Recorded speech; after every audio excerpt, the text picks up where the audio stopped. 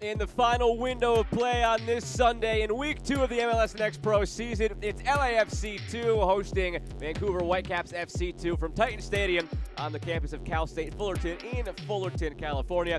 Joe Malfa with you for the action this evening. Happy to have you along on MLSNextPro.com.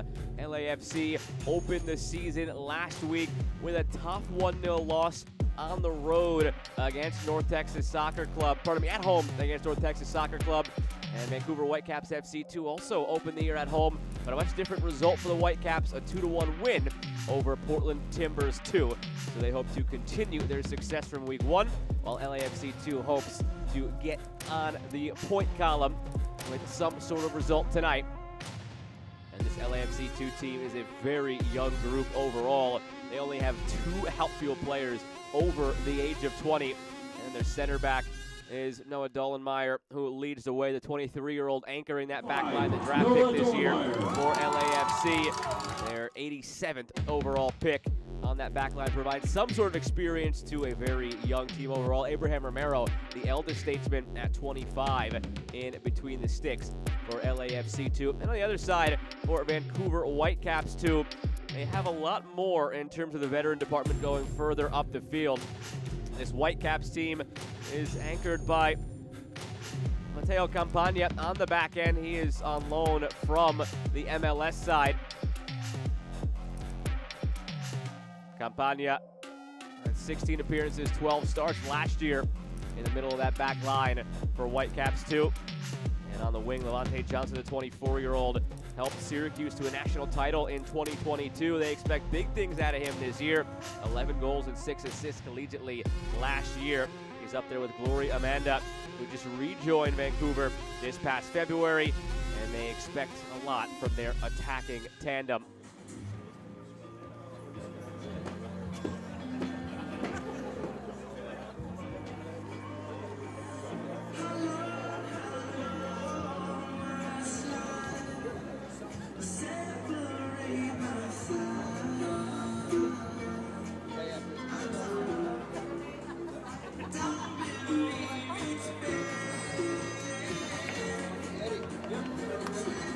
Is continuing to set here on the campus of Cal State Fullerton. Something to keep in mind, we will likely at some point in the first half see a stoppage in the action as players who are observing Ramadan will get a chance to break their fast this evening.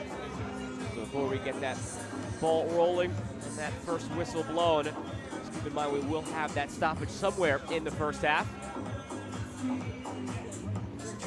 It'll be LAFC 2 from right to left in the black, Vancouver Whitecaps 2 in the white from left to right. Enrique Duran, the head coach of LAFC 2, was very happy overall with what he saw out of his team in Week 1 despite the 1-0 loss against North Texas. And Ricardo Clark, the first-year head coach for Whitecaps 2, said that the opener sort of lived up to the expectations that they had in mind for the way this season would begin. We'll see how match day number 2 looks as we are underway on the campus of Cal State Fullerton at Titan Stadium.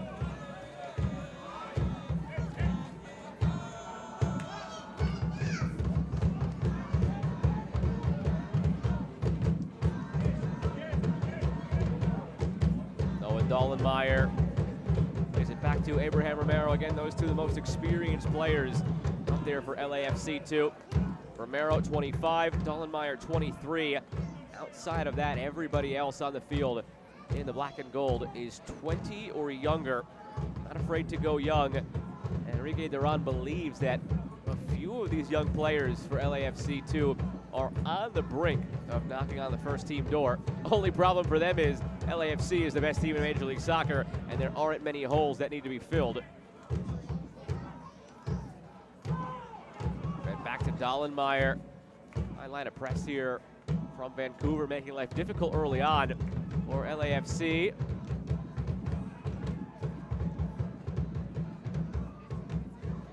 Gio Aguilar comes through and wins the free kick. The 24-year-old from California. Bit of a homecoming here for Gio Aguilar. Had 19 starts last season for Whitecaps 2. 4 goals, 2 assists. In the offseason, he was set to transfer to Sacramento Republic, signing with their academy in December. But then later in that month of December, Vancouver went ahead and drafted him in the MLS Super Draft, 49th overall. So it was only a brief stint away from Vancouver. Abibullah lobs up the free kick. It's brought down by Levante Johnson. Johnson lost it.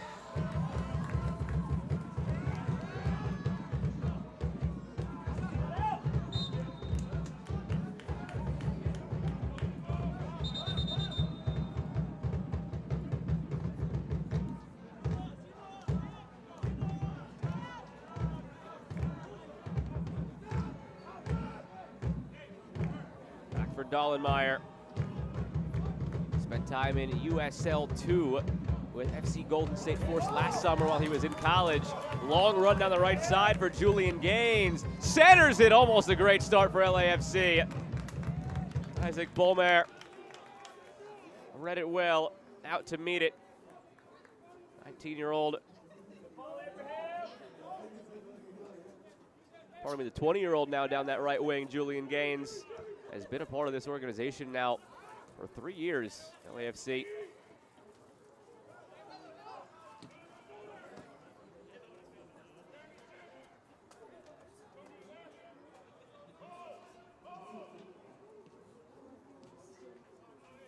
Abibullah opened the season with a goal last week, Abibullah, and then had the assist. And the goal scored by Antoine Coupland. Wearing number 30 for Vancouver in the midfield. Expect big things out of him this season, Abibullah. He's technically on loan from the first team.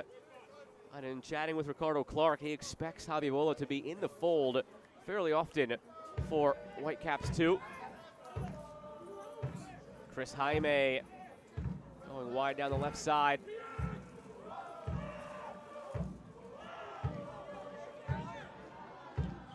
Suba.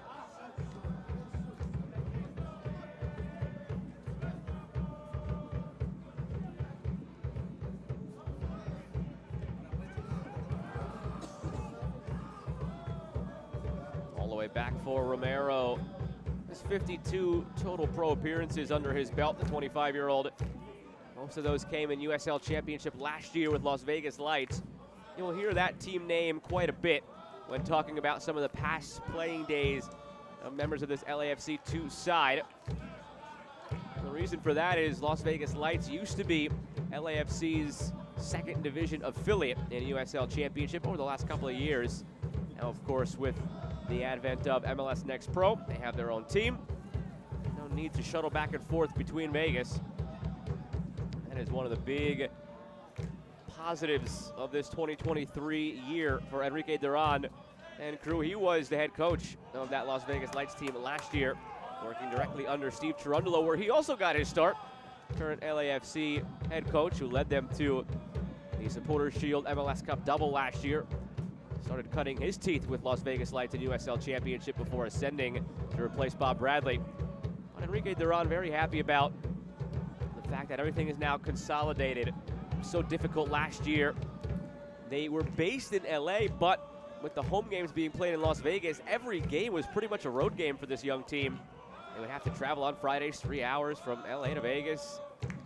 And because of that, they would have to finalize their roster on Friday. So if the first team had a game on Saturday and somebody who needed minutes didn't play, there was no getting him to Vegas in time to play the match. Now this year, very different, of course, with most of the games taking place on Sunday. Anybody who didn't get into the game for LAFC yesterday is able to come here and play with the two team today. So overall, just a much better setup for LAFC 2 this year.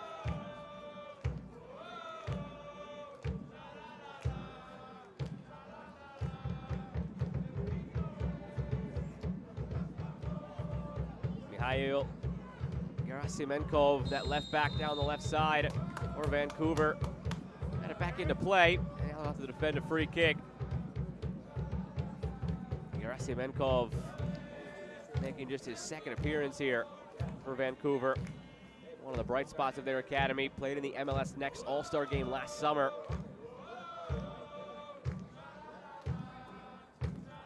Tasked with defending this free kick now.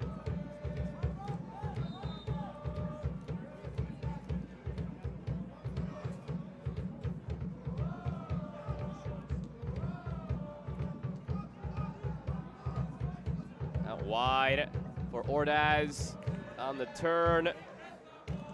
Tony Leone lunging in dangerously. I think Romero was well off his line, otherwise would have been a clear-cut chance for Vancouver.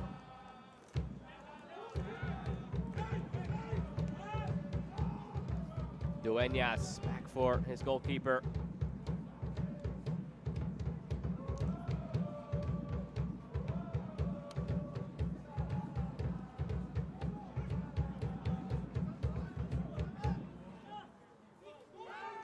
Chris Jaime with space, finds Gaines. Julian Gaines cuts back. Save made by Bomer. Unable to hold on to it, however. Out for a corner here for LAFC 2.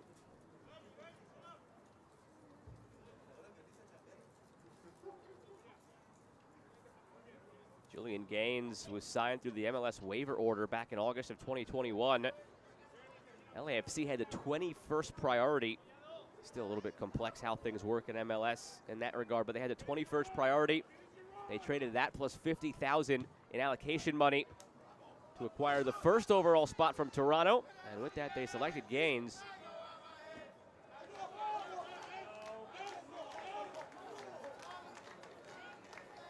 Our referee tonight is Chris Ruska, clad in red, center of the park.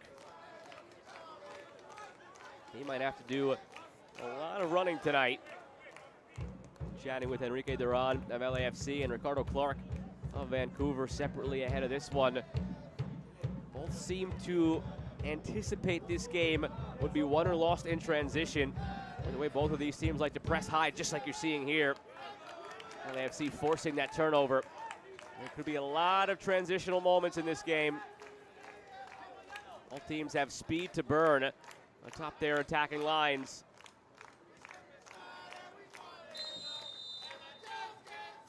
A foul throw, the call against LAFC 2. So right on cue, Chris Ruska inserts himself right into the action here, calling a foul throw. Not something you see often, but you can scratch it off your bingo card. Only one other game going on right now. It's Tacoma Defiance hosting Real Monarchs. Quick start there. Tacoma up 1-0 inside of 5 minutes. Here's Gaines once again to Suba, centering it, looking for Dueñas. Pardon me, Chris Jaime on the receiving end of that. And a foul called against Diego Rosales. Enrique Duran felt that the first game went in the direction it needed to go for LAFC 2. Despite the 1-0 loss, it was reassuring in terms of what they believed the group would look like and what they were capable of. I mentioned right before kickoff we would have this stoppage here in the first half for the observation of Ramadan. Players who need to able to break their fast. We'll have that stoppage right now. For that game last week, Enrique Duran just felt that after a preseason in which they were mostly there to support the first team, it's good to have that experience playing a meaningful game against a new opponent.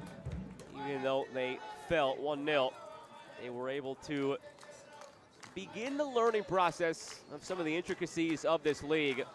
Again, with so many of the players in this lineup who came over from Las Vegas Lights in USL Championship last year, it's night and day the difference between the two leagues.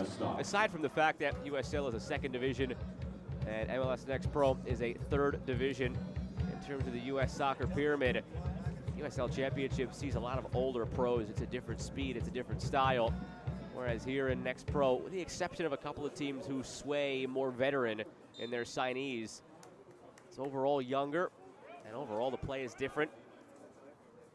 And that's one area where Enrique Duran was excited to face new challenges and start learning about this league. Got their first taste of it in that loss against North Texas last week, but had plenty of positives to take away. Here's Gloria Amanda, out to Antoine Coupland. Coupland back to Amanda. Forced out wide by Dollenmeyer. Ba. With it again, Elijah Ba, 17-year-old from Ottawa, Canada. Joined the academy in 2020, made 19 appearances last year as a 16-year-old. Slipping through, Gerasimenkov. Still Gerasimenkov, but lost it on that last touch. Jaime threads the needle down the right side to Ordaz. Initially had trouble with the handle. Gets it back to Jaime. Those two have the chemistry from last year with Las Vegas.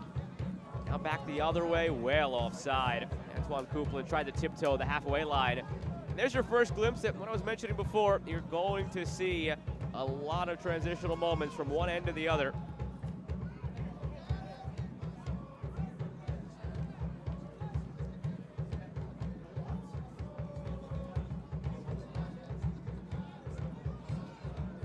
Ricardo Clark, head coach of Vancouver, struck some similar chords as Enrique Duran in the overall thoughts of the first game.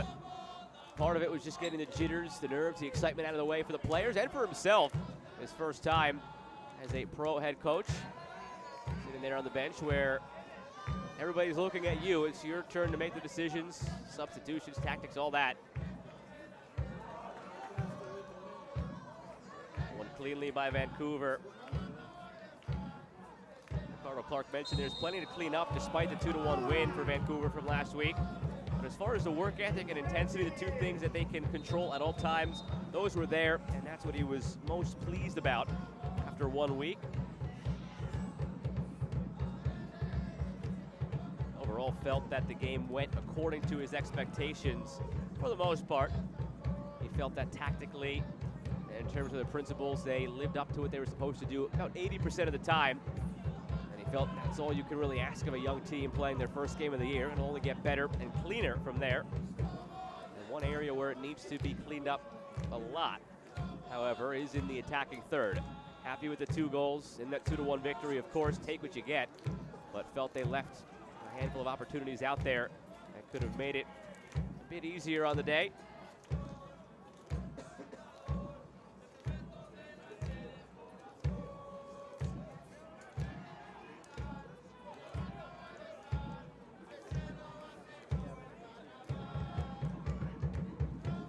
Goes Dueñas looking for Suba.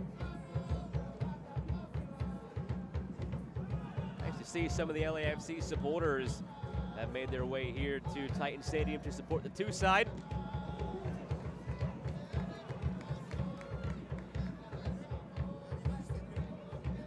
You'll hear that drum banging all evening long. LAFC yesterday dropped points on the road against Colorado Rapids.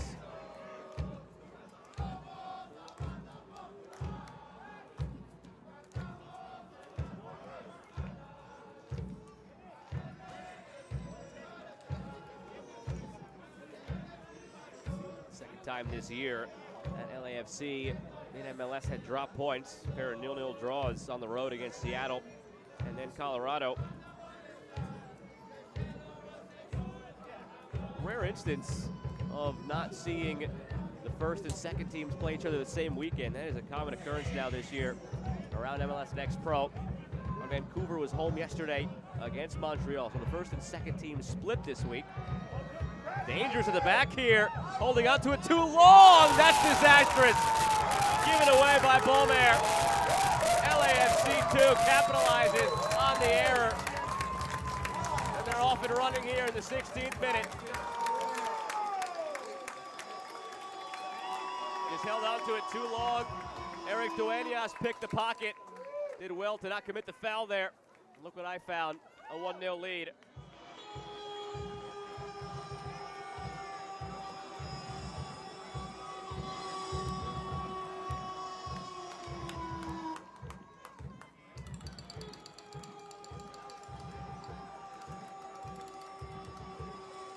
That's one you just have to shake off if you're Vancouver. As this game evolves, I don't mean this game specifically, I mean the sport in general, I should say. As this game of football evolves, goalkeepers have to more and more play with their feet. Every now and then, you're going to have an error like that costs your team. LAFC 2 goals scored in the 17th minute of play by number 18, Eric Dueñas. Duenas, good hard work. Makes it count in the end, signed as homegrown in July of 2020. Cap at the U17 level for Mexico. Debuted right away in MLS in 2020. When he was just 16 years of age, 2 appearances off the bench. But no MLS appearances the last 2 years. 2021 and 2022 spent those years entirely with Las Vegas Lights. Does have 1 appearance off the bench this season, however, for LAFC. One of those players knocking on the door of the first team.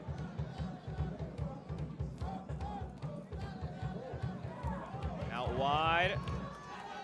Once again for Duenas. Pardon me, that's Ordaz who has flipped out now to that right wing.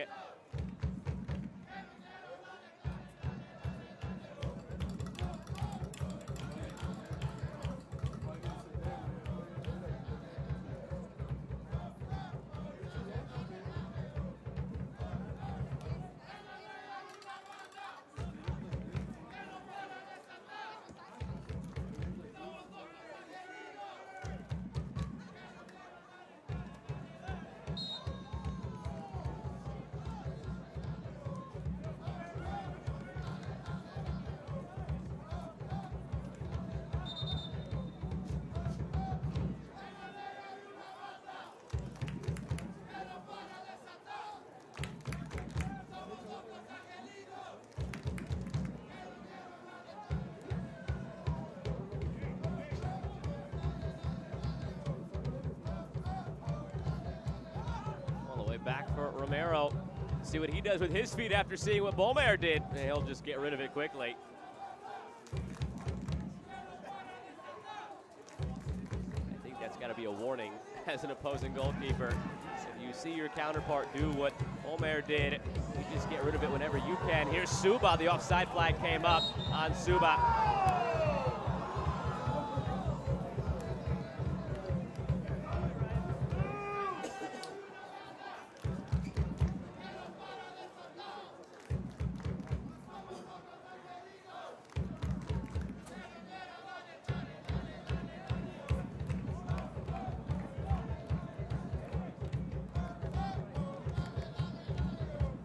Portion of the match is brought to you by BMO.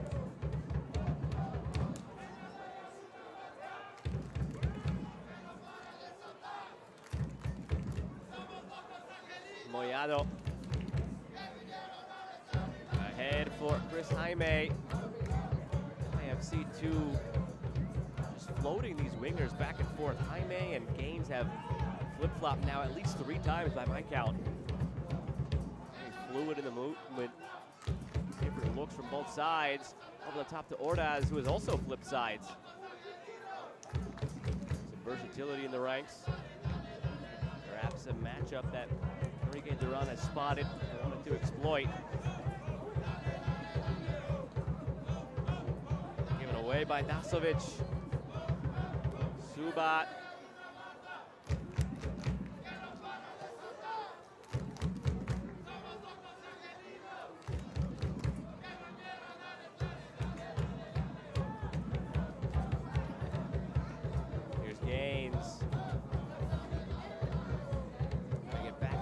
The goal scorer.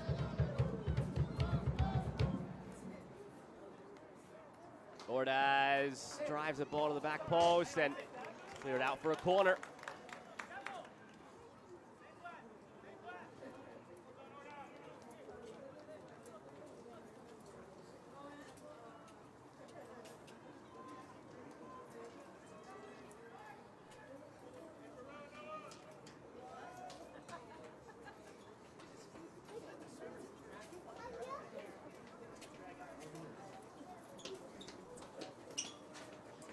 Corner was taken well toward the near post. This time doesn't get past the first defender.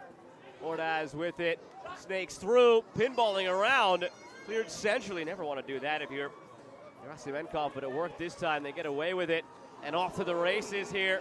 Levante Johnson with speed has some help as well. Johnson to his left foot, knocked away. Jeremy Rodriguez happy to concede the corner there.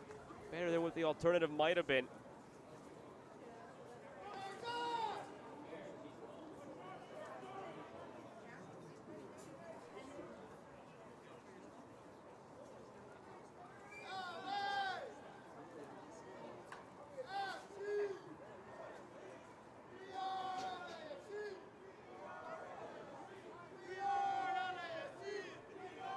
First corner of the match now for Vancouver. For the near post, headed along. Looks like it was Gloria Manda to get to it last, and it was out for a goal kick.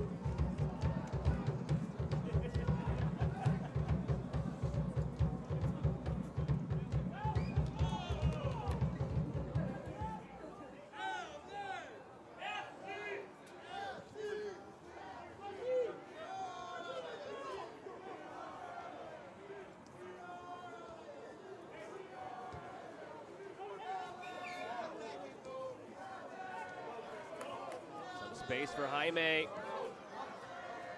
Out to Ordaz. Jaime continues his run. Ordaz cuts, shoots. Never had a chance.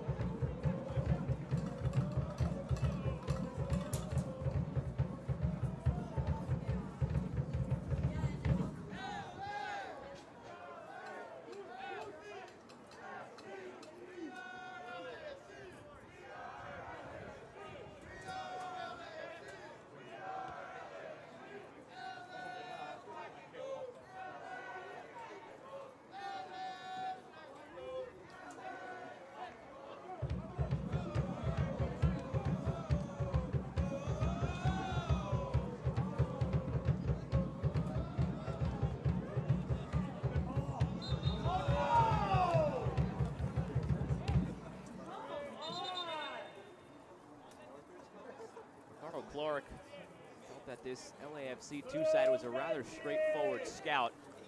As you progress through this season, you hear different answers from different coaches. Some teams easier than others to scout. All depends on whether or not there is a direct tie between the first team and the second team. Carl Clark feels that is the case here for LAFC 2. They play the same formation as LAFC and MLS. They have the same principles of that high line of press. They attack at you with a line of three. They like to possess the ball, like to play it out wide and attack from the flanks. All things we've seen so far in the first 25 minutes. Colonel Clark's crew should be surprised by anything they've seen so far. An interesting moment there from Chris Ruska. He sprinted in to break up whatever might have ensued after that shove, but never called a foul. Just play on after that shoulder from Rodriguez.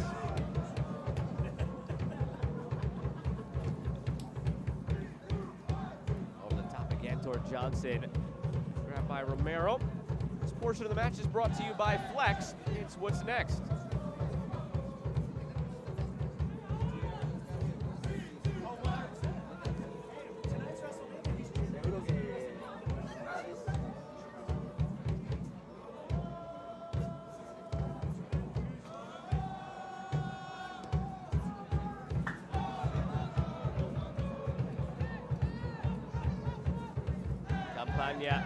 One of the players on loan from the first team.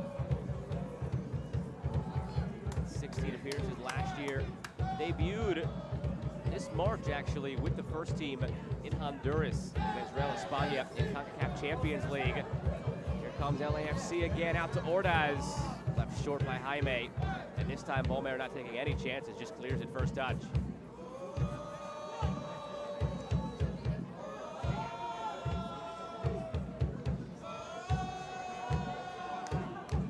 Gerasimenkov.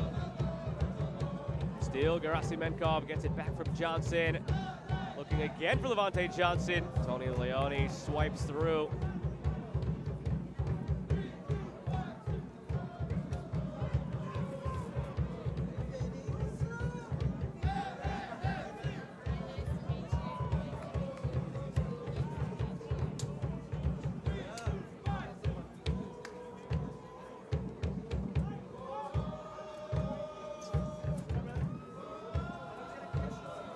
Side, long run for Ordaz, won't get there. Final batch of games here on the day. Coma up 1-0 over Real Monarchs in the other match. Going on at the moment. Friday we saw 3 matches played. Chicago beat Toronto. Excuse me, just as I said that, Tacoma made it 2-0 against Real Monarchs, so up 2. And the game running currently to this one. That same 2-0 scoreline for Chicago over Toronto on Friday. And then a pair of 2-1 finishes. Crown Legacy over Cincinnati. Orlando over Huntsville. All that action taking place in the Eastern Conference. Earlier today, started with some drama. Inter Miami CF2 with a 90+3 stoppage time winner over Philadelphia Union 2, 2-1 victory. Sporting Kansas City 2 and Austin FC 2 drew 1-1 through 90. SKC won it 4-2 on kicks from the mark. Later in the evening, Minnesota a 3-1 win on the road over St. Louis City. A 1-1 draw between Atlanta and New York Red Bull. That turned into a Red Bull 5-4 win on kicks from the mark. Colorado Rapids 2, Houston 1 on the road. Big win for Colorado. And North Texas, a 1-0 win on the road against LA Galaxy. So they begin the season, North Texas, with 2 straight games in Los Angeles against this LAFC team last week and against the Galaxy tonight. They come away with a pair of 1-0 victories. The last 2 so far that we've seen in the books. New England 2-1 over NYCFC. San Jose 2-0 over Portland Timbers 2.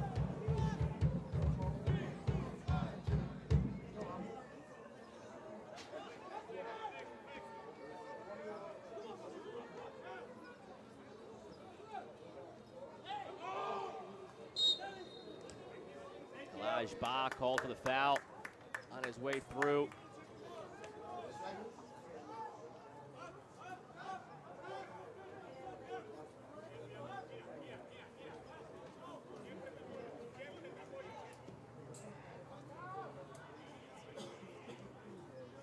Ahead to Ordaz, won't keep it in this time either.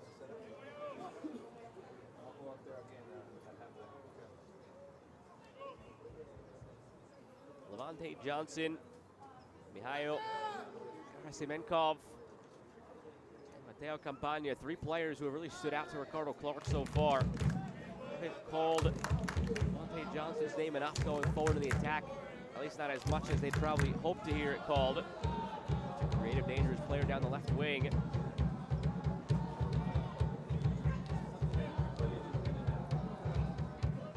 An hour into this one, and Vancouver is still looking for its first shot on target. Only 1 shot so far. It was wide of the net. They only have 35% of the ball as well.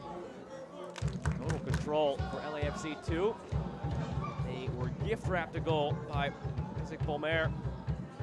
Lost it on the dribble to Duenas, and Duenas put it into the open net as he was falling down. Here's Jaime. For Rodriguez. Julian Gaines take it out, but cleanly, and it was the last off of Gaines. Throw coming for Vancouver. Well done on the challenge. Mateo Campagna.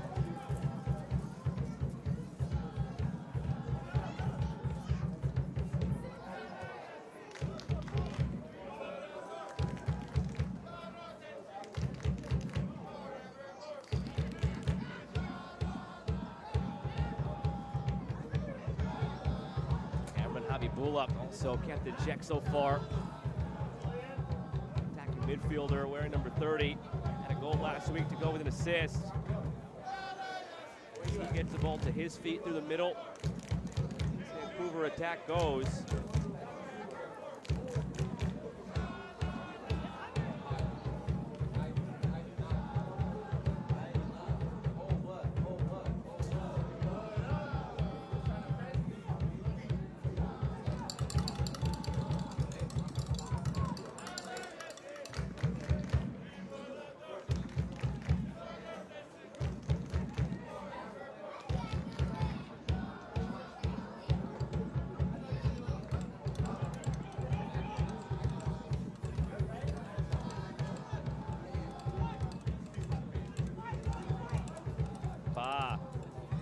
Back inside, finds Kuplin. Looking for Amanda. There's Gloria Amanda. Playing in front of the LAFC 2 supporter section. Back to Elijah Ba. End line, Ba puts it in front. Habibullah! Second week in a row. Cameron Habibullah's on the score sheet. And it comes on the first shot on target of the match for Vancouver.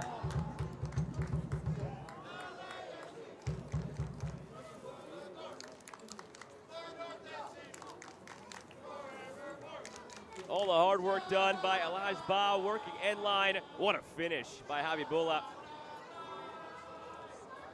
Had to stop it for a moment, make sure it was set up properly. An attack that had been entirely lifeless for 32 minutes for Vancouver springs to life in one moment. It's just some of the talent they possess on the attacking end, anchored by Habibullah.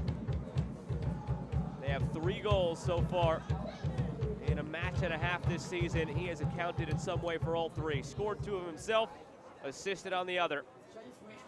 And it's back to level at 1-1. Biggest fan of Habibullah right now is his goalkeeper, Isaac Bolmer. After giving away that first goal, it's erased and back to square one.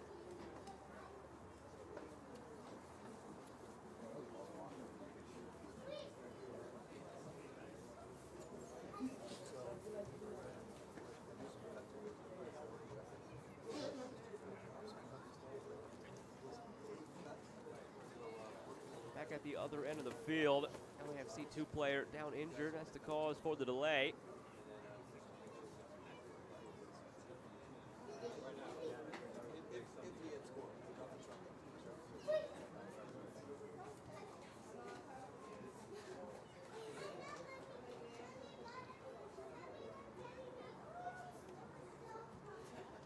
To make matters worse, somebody down at the other end now after conceding the equalizing goal.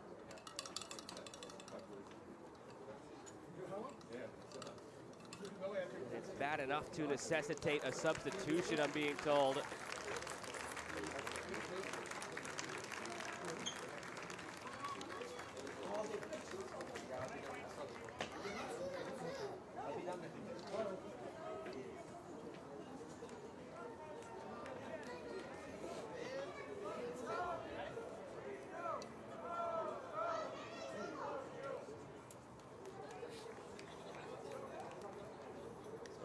Into the match for LAFC 2 comes Laji Mal for Tony Leone. Tony Leone injured, and that is a big loss for this team.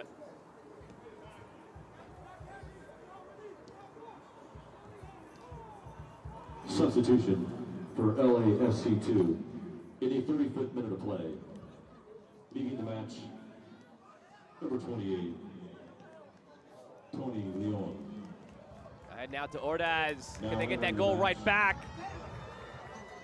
It falls to the substitute. Laji Mal almost had a crack at it.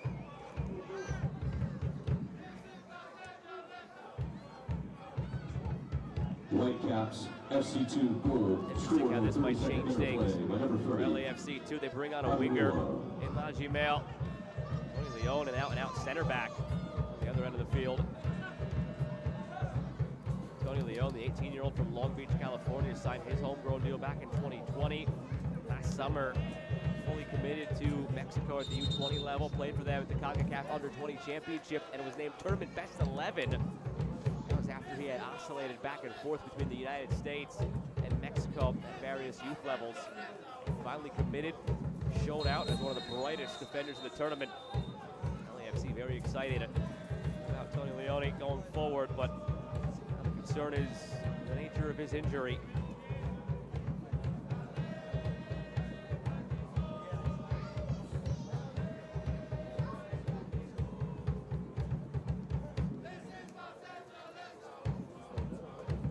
Moyado picked up the yellow card for LAFC.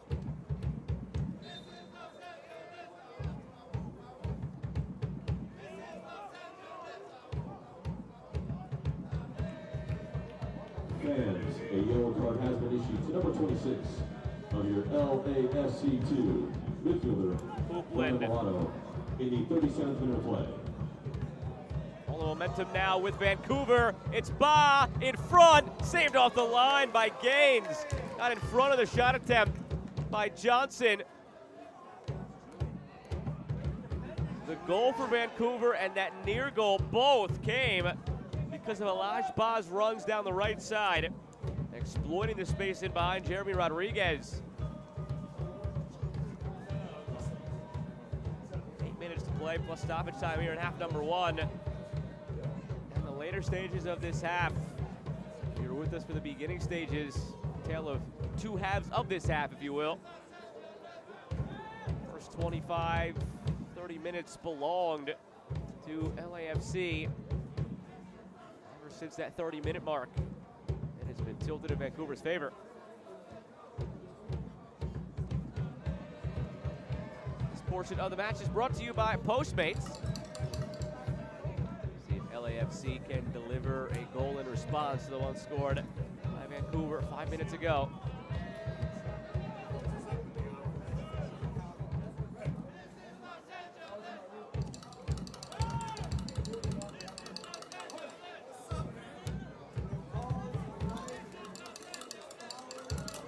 Bula, Vancouver's goal scorer, gets it back to Elijah Ba, and all the way now for Isaac Bomer.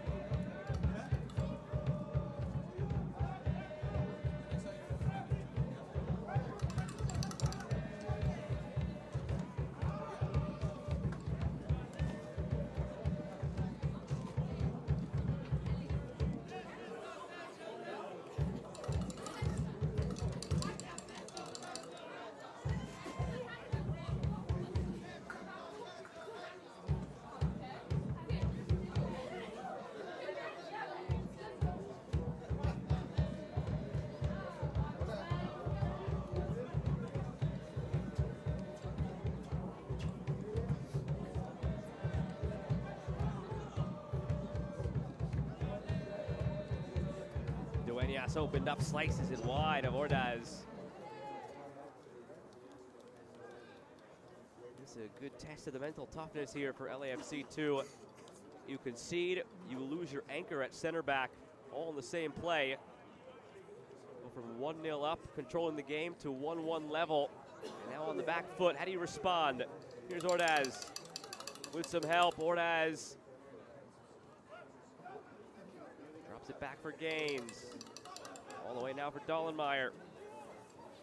Gaines. Rosales.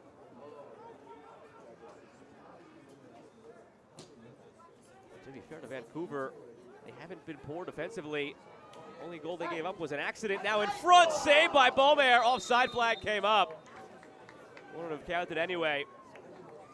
Their only goal they've conceded was on Bomer's error.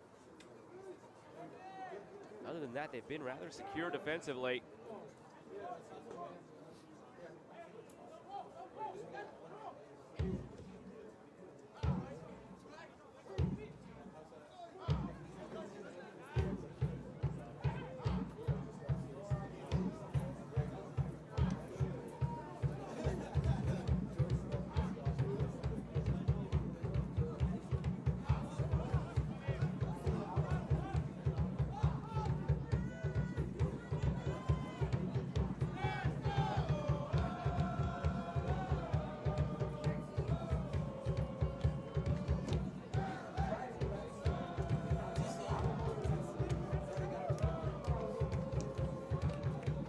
Here for Habibullah, all the way back to Romero.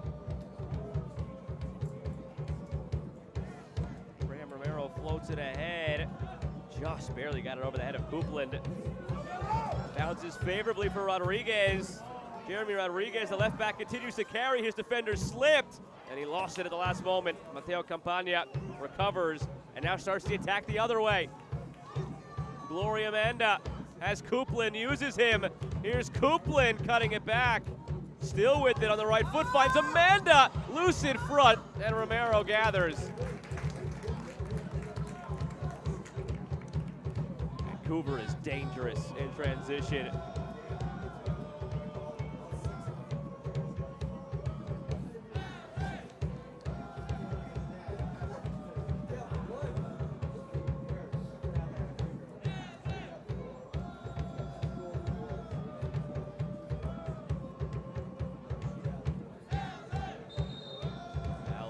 Ordaz.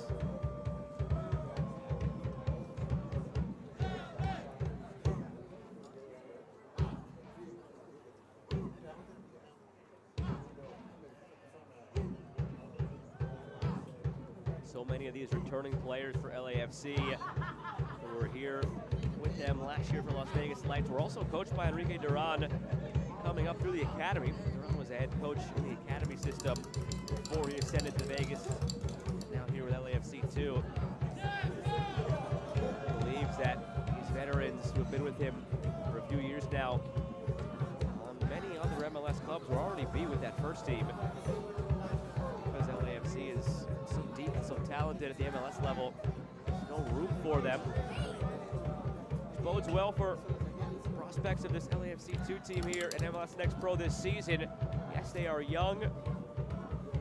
Tonight, the goalkeeper, Romero, 25, the center back, Dollenmeyer, 23, everybody else 20 or younger. 8 teenagers in the 11. As the year goes along, those teenagers become battle-tested. Some of them already are, having played a couple dozen games each in USL Championship the last year or two. They're young in terms of the number provided by their birth certificate. They're not young in soccer terms. Plenty of wear on those tires already.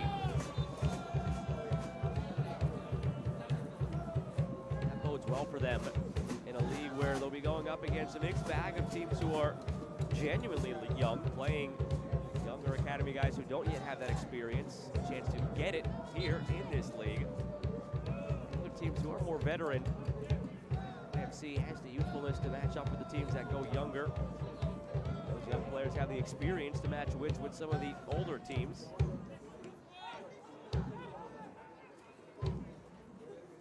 This Vancouver unit is one that sort of bridges the gap. Handful of teenagers, handful of 23, 24-year-olds ready to make that jump. 4 minutes tacked on here as your first half stoppage time. FC 2 holding their own, more than just that, controlling the large portions of this game.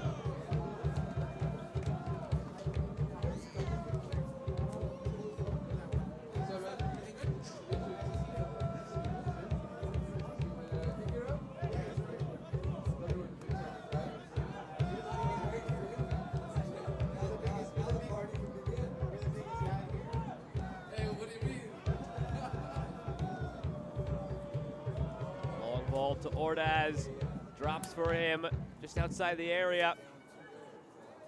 Ordaz a step over, cuts to his left foot, has his shot blocked.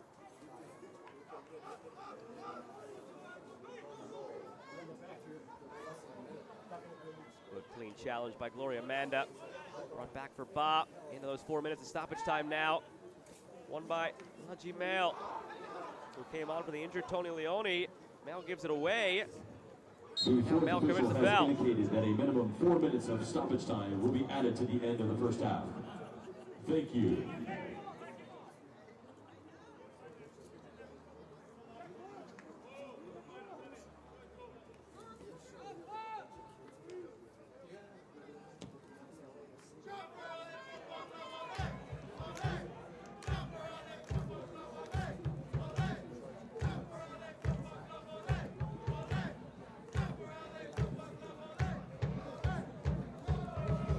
To Gloria Amanda, headed away at the last moment by Dollenmeyer. Copeland back to his right, past Rodriguez. Copeland cuts it left again to the back post where Johnson was waiting.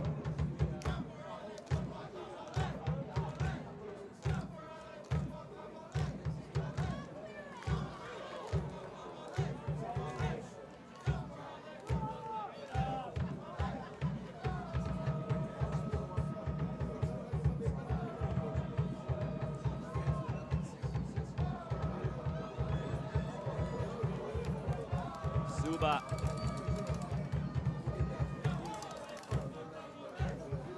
Mail, flag stays down for Laji Mail.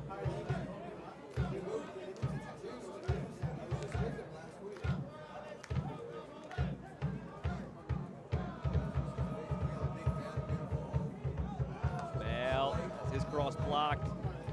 Abibula. You saw Brian Moyano try grabbed the back of the jersey of Habibullah, let go of it right away. He had to. A tactical foul would have been his second yellow of the game. Now here's Habibullah. Levante Johnson plays the underlapping run, floated to Coupland. His header well off target. Offside the call against Lukas Dasovic.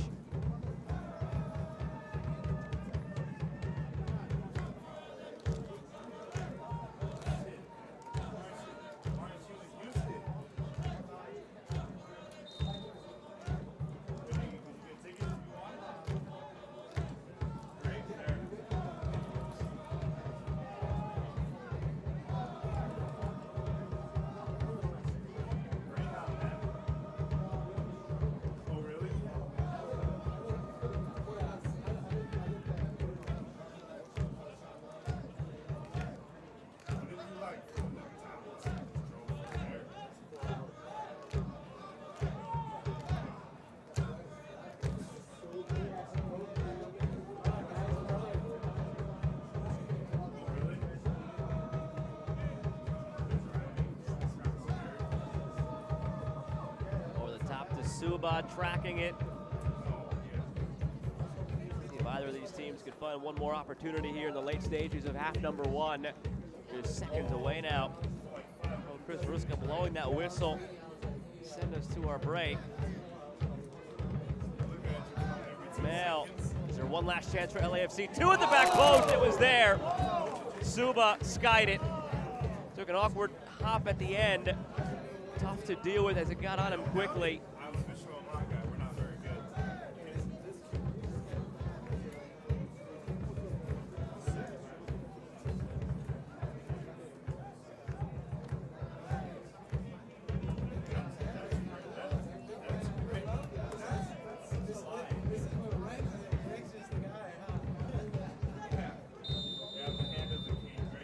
That the first half comes to an end, a very eventful one.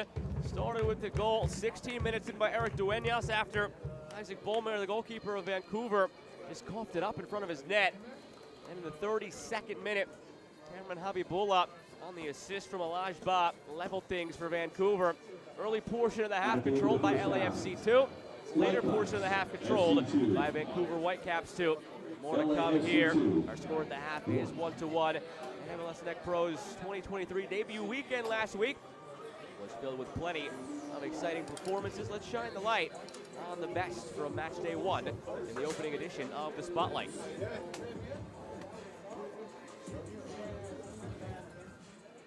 MLS Next Pro's opening weekend of play saw some incredible team performances and some standout individual ones. Here, we highlight all of our players in the spotlight following match day one. And where better to start than with our performer of the week? Academy player Leo Kone notched his first goal and assist in Minnesota United FC2's 3-0 win. In the 18-year-old's league debut, he used his speed to get into Real Monarch's box before tapping it across for goal number 2 on the night. And he wasn't the only individual with a big opening weekend of play. Archimedes Ordonez led FC Cincinnati 2 to a 4-2 win over Toronto FC2 with his brace and assists to earn the first Player of the Week honors. Last season, he scored 4 goals in 13 appearances. This season, he's already halfway to his 2022 total through just 1 game. Coming in with the best goal for match day one, that would be Huntsville City FC's Azad Liadi. His blast from inside the box against Crown Legacy FC that helped lead his team to their first shootout win earned 41% of the poll votes for best goal of the week from the opening week of play. And saving the best for last, since soccer is a team sport, your first team of the week honor goes to Minnesota United FC2. The club posted a 3-goal shutout over Real Monarchs to open their season. The winter wonderland backdrop saw Diago Pacheco earn his first brace of the year, and performer of the week, Leo Kone, notch his very first MLS Next Pro goal. Congrats to all of our players in the spotlight following match day one. They have certainly set the stage for so much more to come.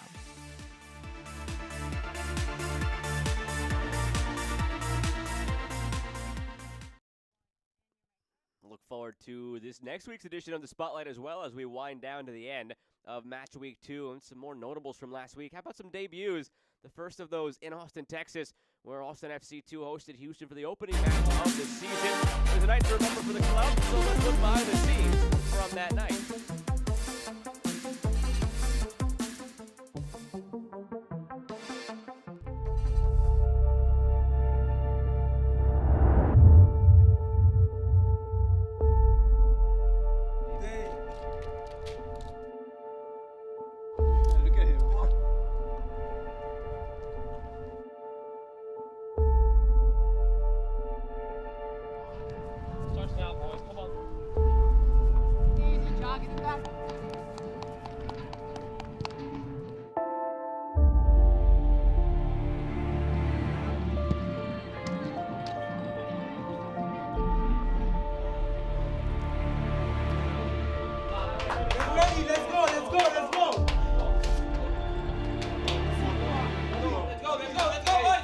How's everybody feeling? Good. You guys ready? Yeah. You guys, nothing left to say. Just enjoy yourselves. Trust yourselves.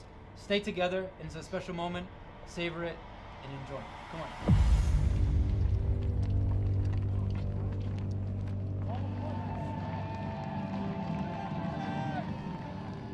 Thing that is a non-negotiable. We walk off this field working 10 times harder than every single one of them. Yes, okay? sir. I don't care if it doesn't go our way. I don't care if it's perfect. We're gonna walk off this field working harder. And we're gonna walk off this field. Yeah. Okay, let's go. Let's go. Come on. Positive boys. Come on. Austin on 3. 1, 2, 3. Come on.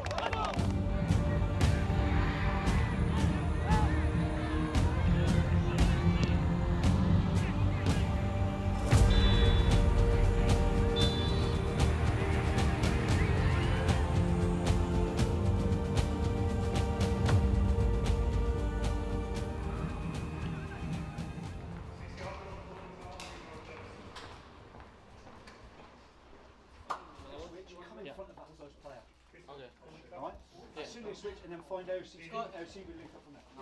Yeah, and we have to move better. Our 10s or our 9, whoever it is can turn, go the other way. Like I know it's easy to just see all the space and just keep running at them, but if you can just take a couple steps and then find someone on the other side, it's wide open every time.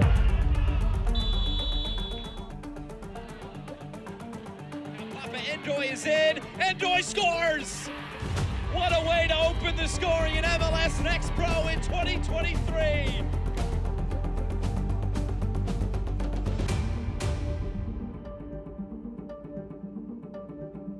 Space to run into here for Austin. What can they make of this? It's cut back, and there's the shot. It's into the corner.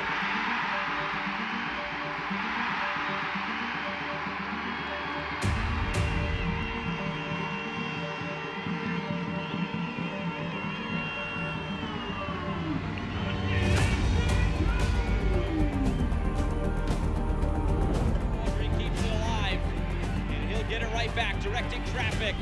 Baudry into the middle. It's saved and tapped in.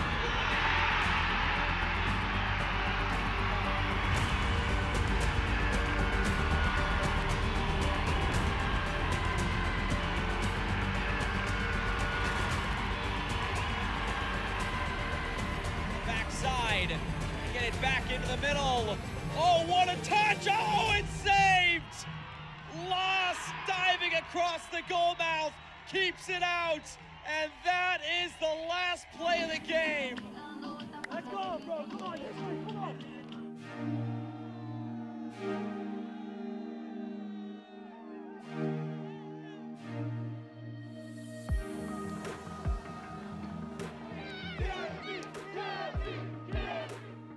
Extremely proud of the group.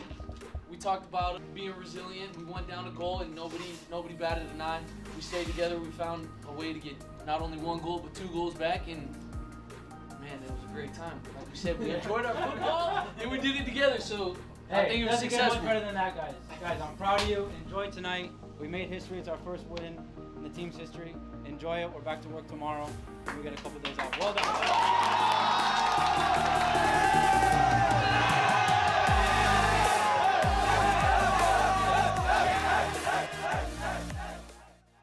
MLS MLS Next Pro fans, we are back. Michelle Montaigne alongside my co-host Samara Perez, getting ready for Season 2, which will be here very, very soon. And since this league does things a little bit differently, we're here to explain all you need to know for Season 2 of MLS Next Pro. MLS Next Pro was launched by Major League Soccer in March of 2022. The professional men's soccer league provides players a pathway to bigger opportunities in soccer, such as landing a first-team contract. MLS Next Pro is fundamental to the development of all professionals working in and around the beautiful game. There are 27 teams competing in the league this year. They're broken up into 4 divisions that make up 2 conferences. The Frontier and Pacific divisions make up the Western Conference, each featuring 7 teams apiece. The Northeast Division boasts 6 clubs, and the Central Division, with 7 teams, both make up the Eastern Conference. Now, this league is all about innovation. Therefore, it features several differences from other soccer leagues. First, there are no ties in MLS Next Pro. If a match ends in a tie at the end of regulation, the game will proceed directly to a shootout with kicks from the penalty mark. That brings us to the point system. Similar to other soccer leagues, a team will earn 3 points with a win at the end of regulation, 1 point for a tie, and 0 points for a loss in regulation. A club will earn 2 points if the game ends in a tie and they go on to win the shootout that Samara just explained following the end of regulation. Last year, we introduced 2 rules not seen anywhere else.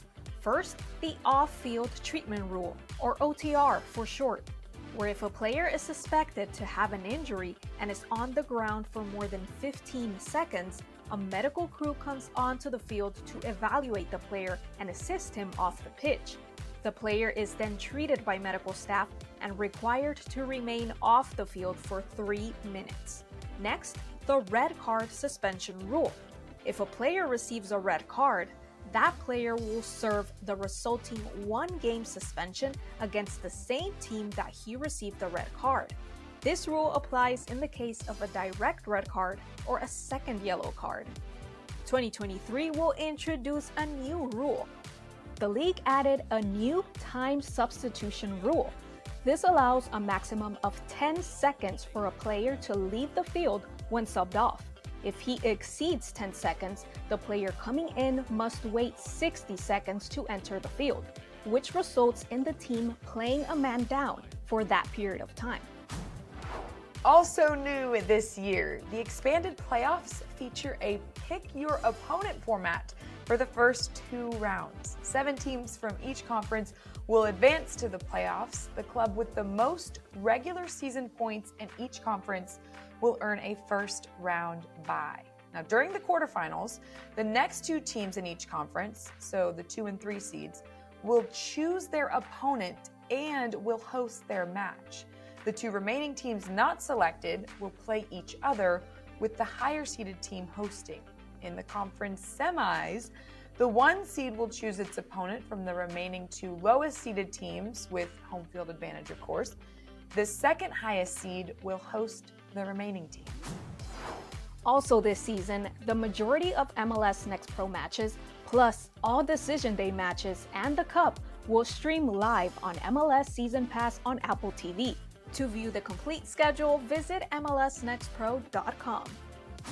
Samara and I are so excited for year 2, and we cannot wait to watch it all unfold alongside all of you.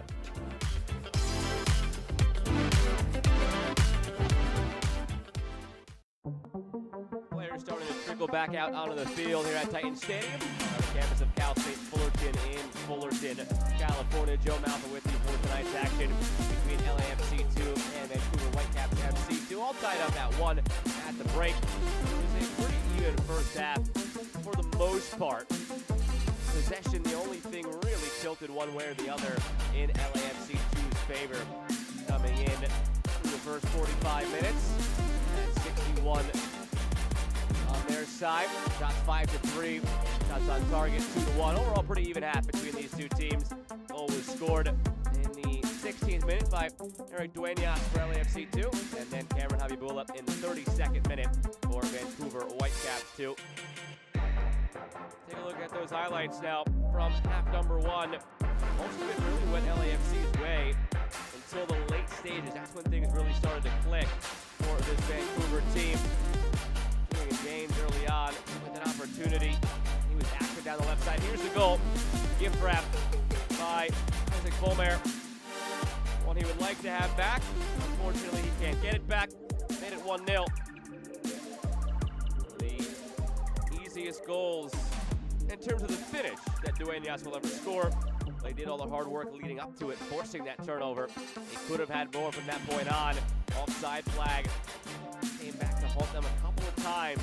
Timing was a little bit off in the attacking third for LAFC 2. And then around the 30-minute mark is when things started to turn. Cameron Habibullah on the feed from Ajba. Puts it past Romero. They made it 1-1. You see they're laying down in the background with Tony Leone. He had to sub off due to injury after that goal was scored. They almost did it again. Ball flashed in front to Levante Johnson. Saved off the line. Offside flag came up again here for LAFC 2, although it was saved anyway. And then as the half was in its dying moments, one last flurry in front for Vancouver. The last play of the half saw that near chance for Suba on the LAFC side. 1-1 after all of it. Not set now to begin with number 2. Vancouver hoping to build upon was a win last week, 2-1. Home against Portland Timbers 2. LAFC 2, a 1-0 loss against North Texas Soccer Club here at Titan Stadium. Sub reported out of the break for either team. One sub used in that first half. Leone out. Mail in. The injury to Leone for LAFC 2.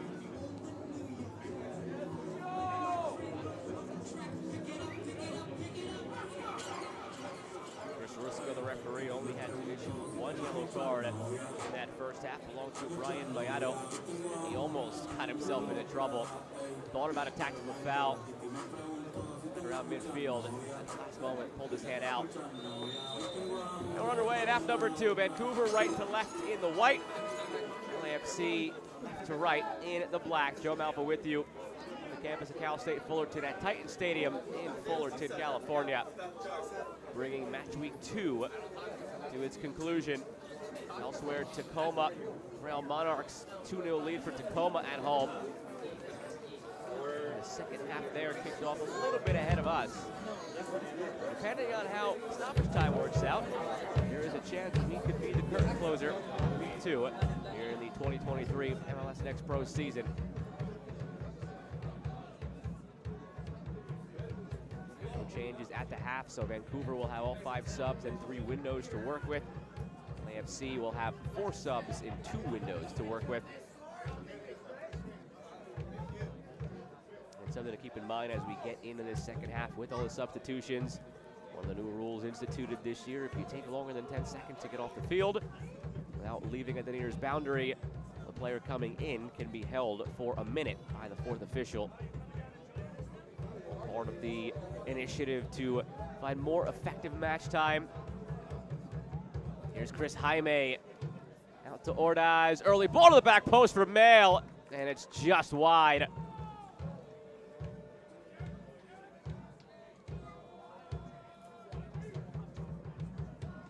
Laji Mail can bring to the table here in half number 2. And the halftime break to talk about things tactically. Had to come in cold in the 34th minute. On natural substitution as well. Mail, the winger, for Leone, the center back, shuffled things around on the back end. Brian Mayado forced to drop a bit further in this formation for LAFC 2, and a corner coming now for Vancouver.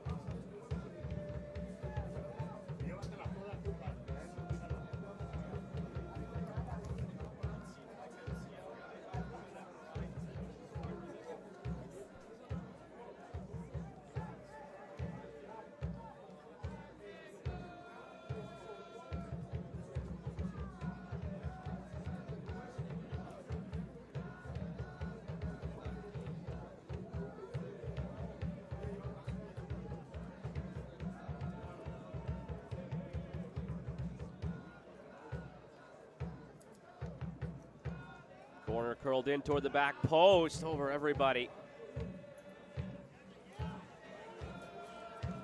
Vancouver would love to keep up the momentum they had built into the final stages of half number one. Sometimes the team, you just don't want that halftime whistle to come. They step up here and win it in a good spot.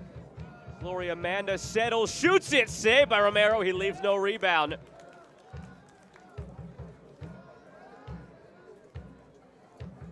Early warning sign for that back line of LAFC 2.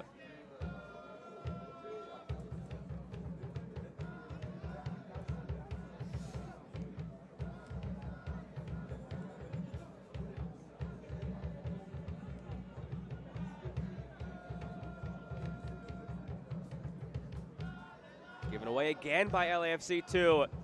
Here's Copeland, cuts it back, it's deflected. Levante Johnson settling it, powering his way through. Johnson lost it. Keeps his footing, wins the ball back, only temporarily.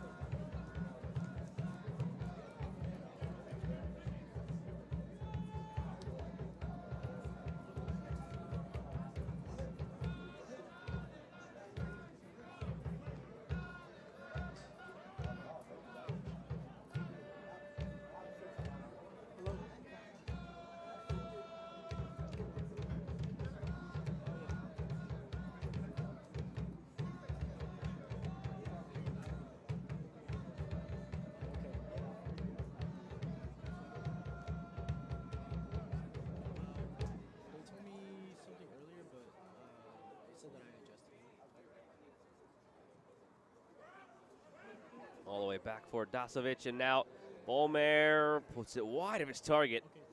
Tracking back is Gerasimenkov.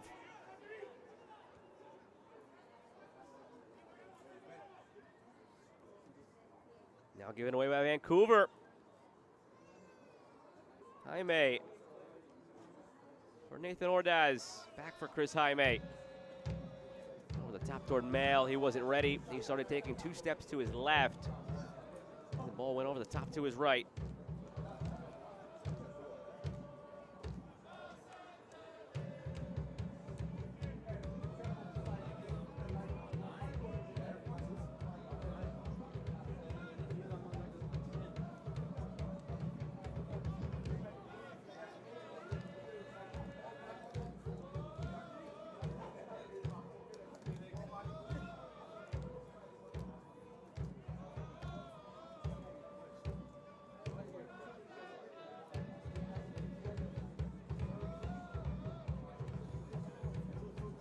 On the turn, it's Jaime looking ahead for Ordaz, who is offside.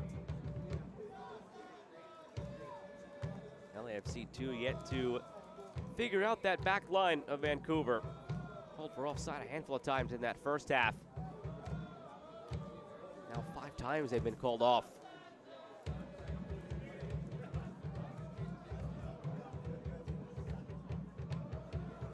Sent out wide to Copeland. He'll get there.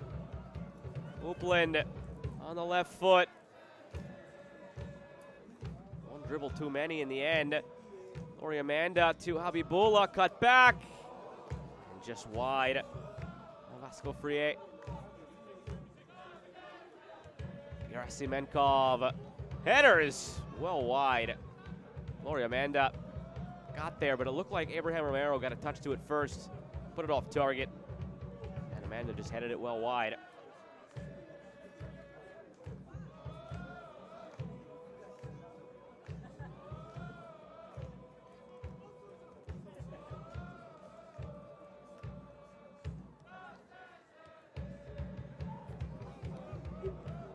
Good step defensively by Elijah Ba. It's all the way back now for Mateo Campagna.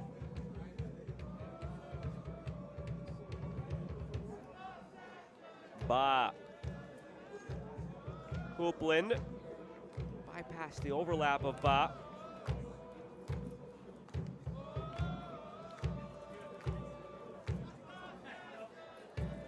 Campagna.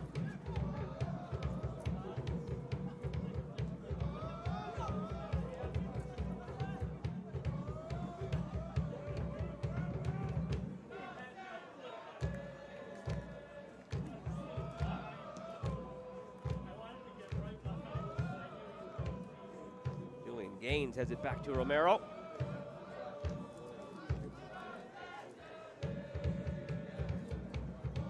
LAFC has just not looked the same since they conceded.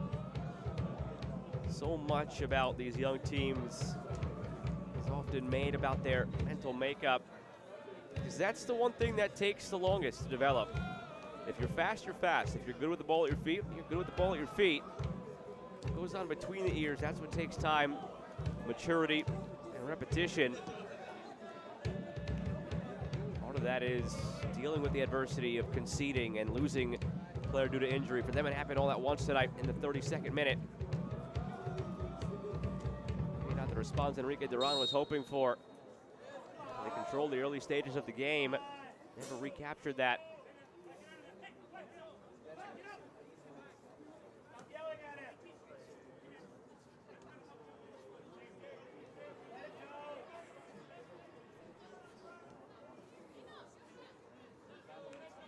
This portion of the match is brought to you by CarMax, car buying reimagined.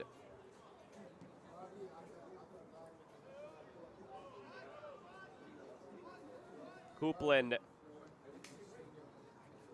ricochets through, now Habibullah. Almost get the sense that for LAFC too, it's gonna have to happen in transition on the counter like this.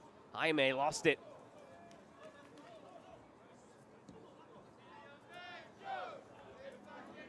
(3-0 Tacoma over Real Monarchs. That one seems well in hand. This one very much in the balance. 10 minutes into this second half. All knotted up at 1.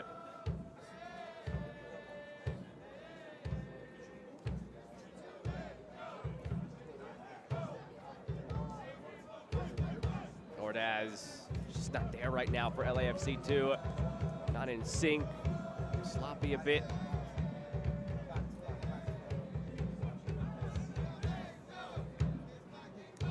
Vancouver lineup later with a bit more experience. This is where you have to kick it up into a higher gear. Try to jump on a team. Just trying to figure itself out right now. LAFC 2. Back for Romero.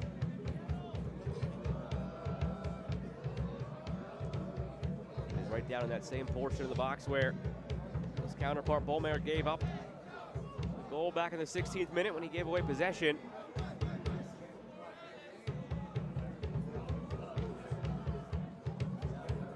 Whether it's Bolmer as the goalkeeper or any other player at any other position in both of these starting 11s, one of the benefits to their setup, more than that in a second. Here's Habibullah with speed. Habibullah waiting for the return ball, floated over everybody.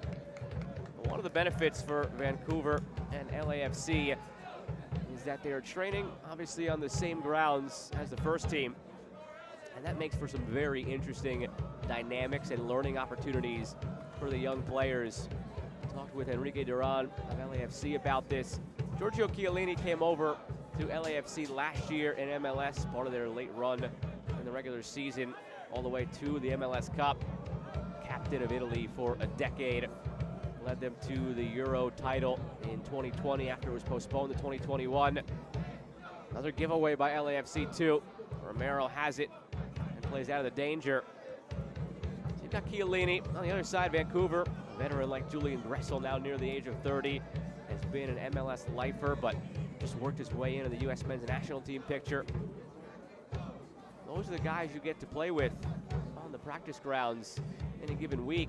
And they're also there if you need somebody to bounce ideas off of. LAFC, last week when they had a joint training session, a couple of the center backs who were responsible for giving up the goal last week in the 1-0 loss against North Texas. It's one thing to get coaching from your coaches. They approached Giorgio Chiellini, all the experience he has, and they asked him what he saw. That turned into a lengthy conversation. We've got these teenage defenders talking to a near 40-year-old defender who's done everything you can do in Europe. It's just invaluable. On the other side, Julian Gressel and a couple of other veterans who didn't make the trip with the first team to Honduras for the second leg of their tie with Real España in Champions League, which they came through, by the way. Vancouver into the quarterfinal. That begins this week. But they didn't make the trip, a few of them, so they mixed in with the second team's training session.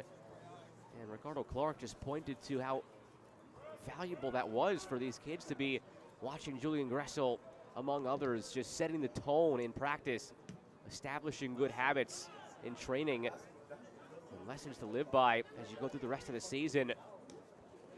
Often talk about, obviously, what happens in the games. Yes, that's what counts the most. That's where the points are earned. At the end of the day, for such young players on these teams in MLS Next Pro, so much value to be had just on the training ground, intermingling with your first team.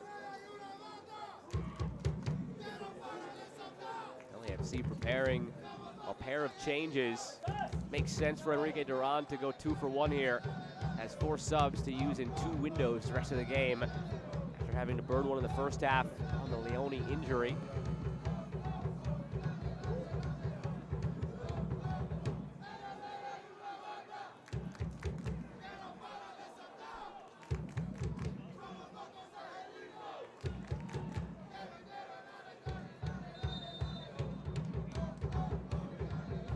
Come those changes for LAFC.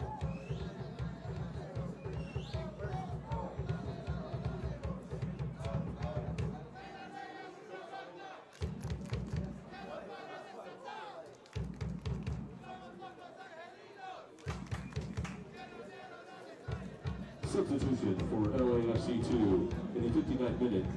Leaving the match, number 7, now in the match, Fabian Vasquez. Ivan Vasquez. And for Ikason Suba. Substitution also for LAFC 2 in the 59th minute. Leaving the match, number 12, Jeremy Rodriguez. Jeremy Rodriguez also out. Number 24, Fabian Romero. Javier Romero checks in.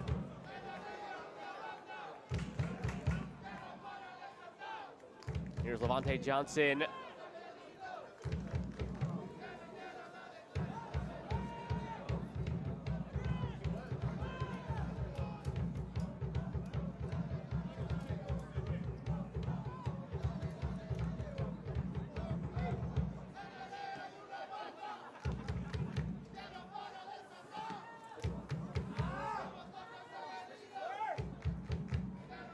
Abibullah lost it.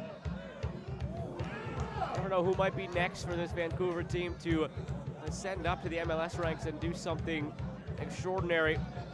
Simon Beecher, just this weekend, had a brace in 16 minutes in Vancouver's 5-0 win over Montreal. Broke the MLS record for fastest player to 4 goals. 87 minutes of action across 3 games to get 4 goals for Simon Beecher. Some of those players also knocking on the door now for Vancouver include the likes of Habibullah. He has 2 goals and an assist through 1 game in 61 minutes now, accounting for all 3 of their goals, and that might be a yellow. It will be. Esco Frie picks up the yellow.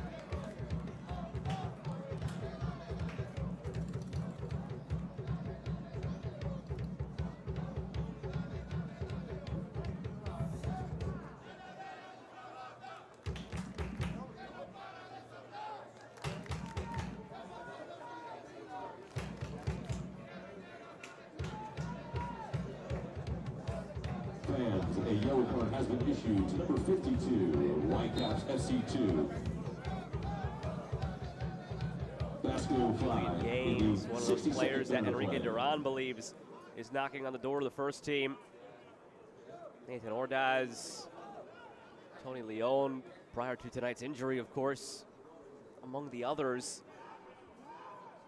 When asked directly about some of those players who could be on the brink of breaking out with the first team, he's quick to point out that, as a coach, you never like to single anybody out, but at the end of the day, the purpose of this league is to send players up to the first team. Make no mistake about it. So he'd be remiss if he didn't name a couple who he felt were on the brink, and said you have to look no further than LAFC's lineups every week. Steve Cherundolo, head coach of the first team in MLS, not going to waste a roster spot just for the heck of it. So if you see the name of an LAFC 2 player on the bench for LAFC, it means that Cherundolo believes, whether emergency or whether a situation calls for it, that player can play and belongs in MLS. The likes of Ordaz, Gaines among those players. Leone, who have had that chance. Duenas also has seen time. Now the question is, when will they become consistent fixtures in MLS? That's a different story. And it has less to do with their abilities and more to do with the fact that they are the deepest, most talented team in MLS, reigning Supporters Shield and MLS Cup champions, and maybe on their way to repeating in both of those areas this year. Unbeaten start to the season through 5 matches, also through to the quarterfinal of CONCACAF Champions League. They show no signs of slowing down. Although as the year goes along, the depth will be tested for LAFC. Starting in the 3rd round of US Open Cup, MLS teams will enter. In the 4th round, LAFC will enter. So once they enter Open Cup, there is a chance that should they continue on in Champions League in the meantime, there's a chance that they'll be in 4 competitions at once. MLS regular season, CONCACAF Champions League, US Open Cup, and then the Leagues Cup, which begins later this month as well. So 4 competitions at once. That is going to test the depth of your team. And LAFC not content to just sit back and concede one of those tournaments, roll out a B team, move on to the next. They want to win as many trophies as possible.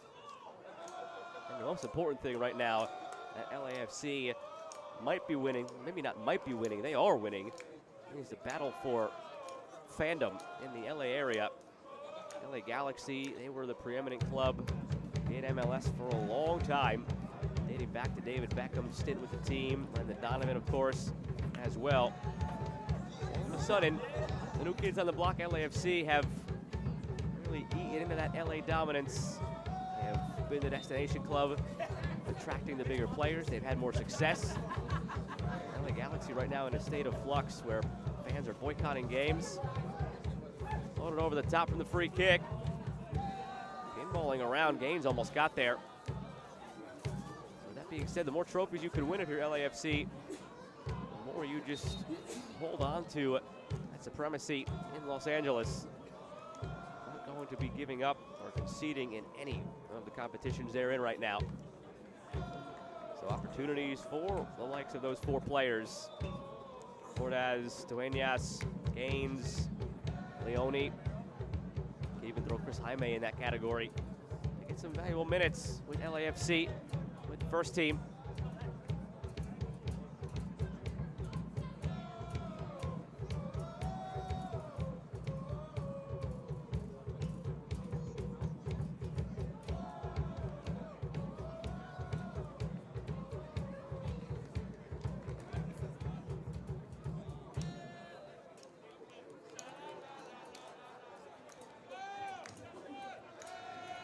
Najee Male picked up the yellow card for LAFC. LAFC 2 player, number 20, Ojai in the 66th minute of play.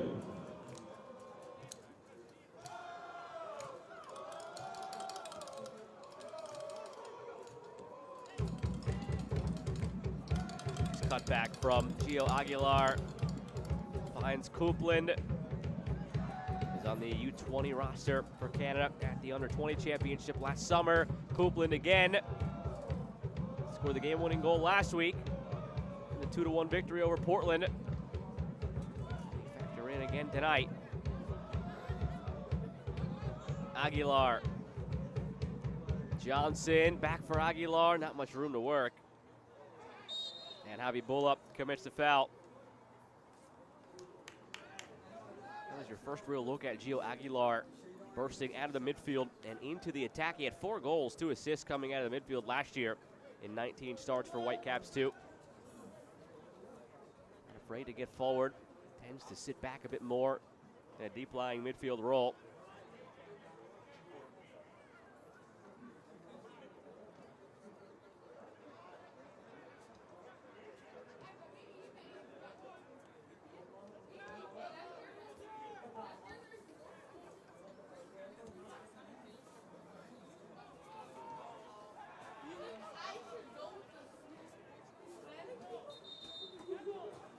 Low right, checking in now on the Whitecap side for Gloria Amanda.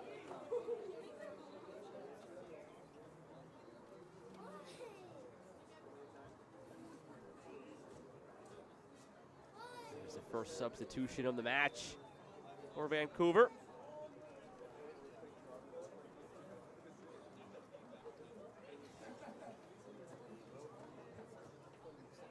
This portion of the match is brought to you by Kaiser Permanente. In the 68th minute of play.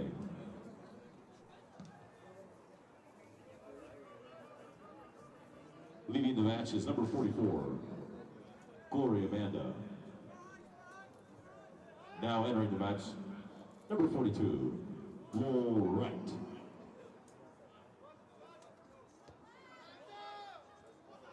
Gains.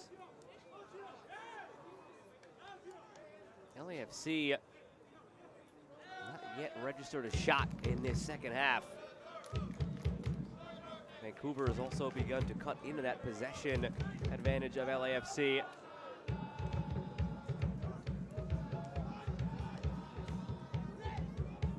Ordaz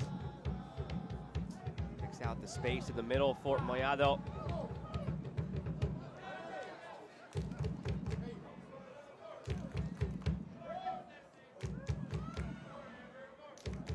Aven Romero gets it back, continuing his run. Romero to the far post.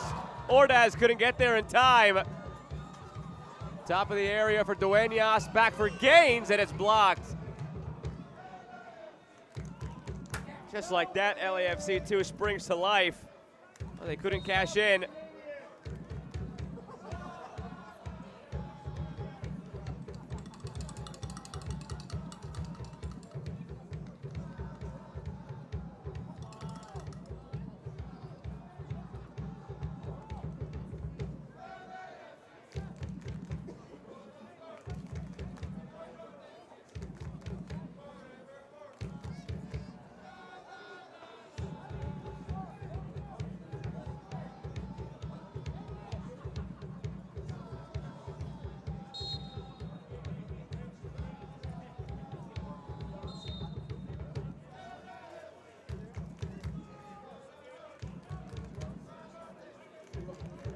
Ba was down for a moment there for Vancouver, but back to his feet. Levante Johnson almost snuck through.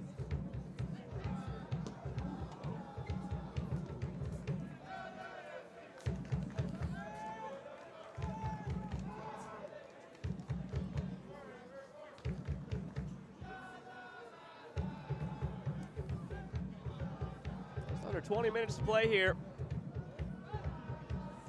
Is there a hero for either side, or are we heading to kicks from the mark? Only 2 other games have gone to kicks from the mark this week.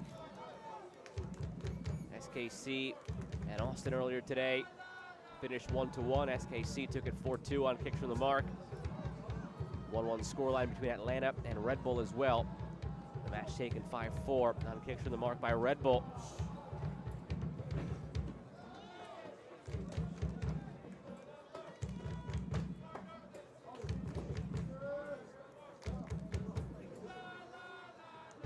Aguilar gave it away. Ordaz with Jaime pushing it wide.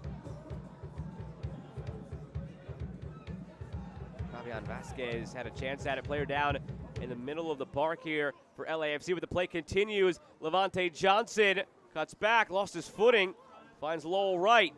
Lowell Wright looking far post.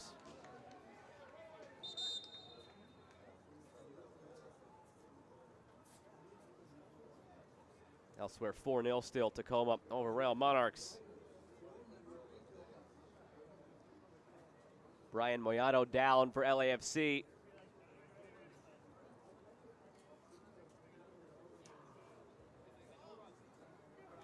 Trainer is coming out for a look. So if he's not subbed off and it's not a head injury, down past the allotted time and will have to remain off the field now for 3 minutes. One of the other aspects of the pace of play initiative here in MLS Next Pro, a rule dating back to last season. And we are told they will be making a sub for him.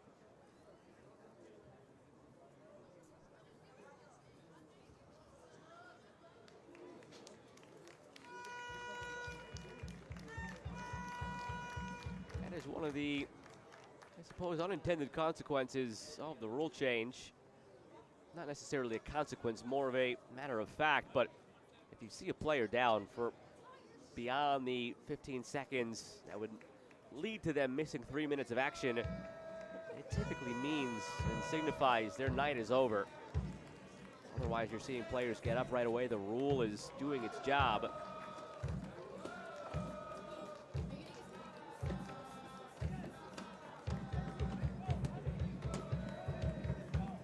Brian Ayub will check in, or Brian Moyado.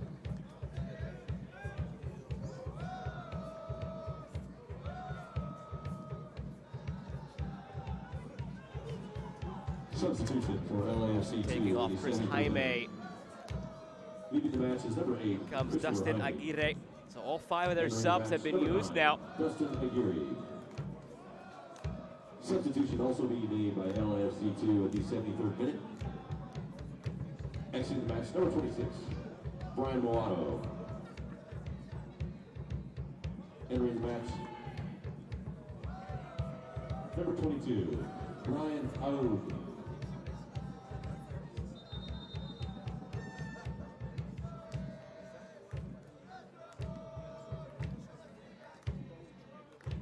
Mail turned into space. Mail. Back for Ayub, first touches since coming on. Left his pass short of Romero. Levante Johnson made it a heartbeat too long. Here goes Aguirre. Pushing it to Mail, and the offside flag comes up.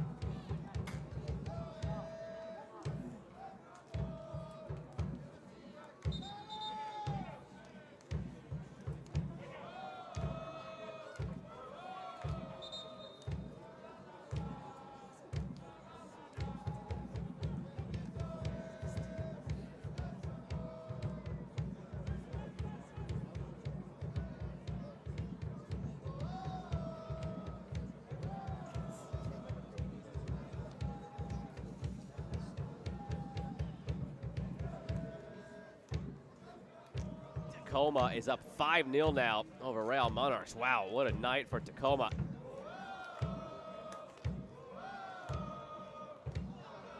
All right, lost it.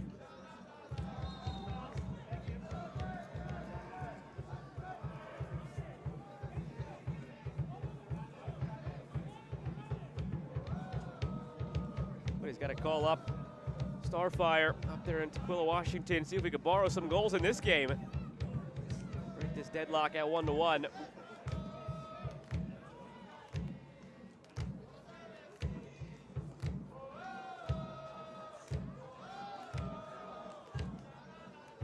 Abibula. At this point, if you're LAFC2, with the way this second half has gone, just have to hope that you can cling on here and take 1 point, maybe pick up a second on kicks from the mark. Nothing has gone their way. They've mostly been under fire. Rarely have found any time on the front foot.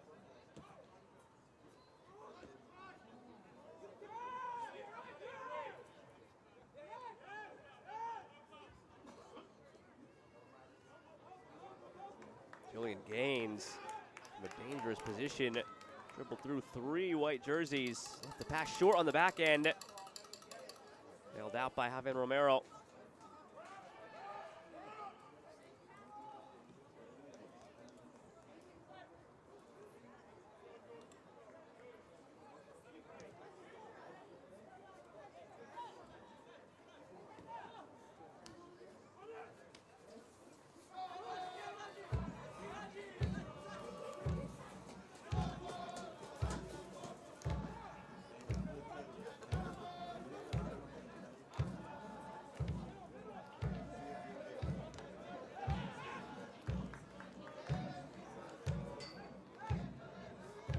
Minutes remaining now.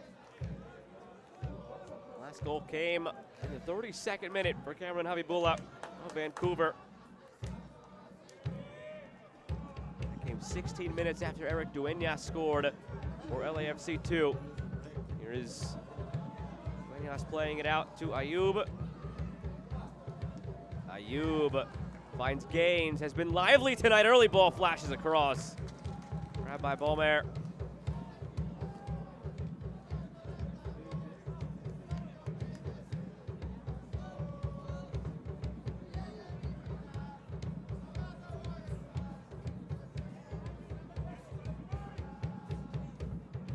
Great touch by Habibullah to bring that down. Doesn't really have much help with him right now. He's going to have to bide some time until the cavalry arrives. There it is, into Johnson! Pushes it wide. Lowell Wright standing like a statue at the top of the sixth. Wanted the pass to his feet. Johnson went for goal. You can't blame him from that close and that angle. Had that far post to shoot at, just couldn't get the foot wrapped around enough.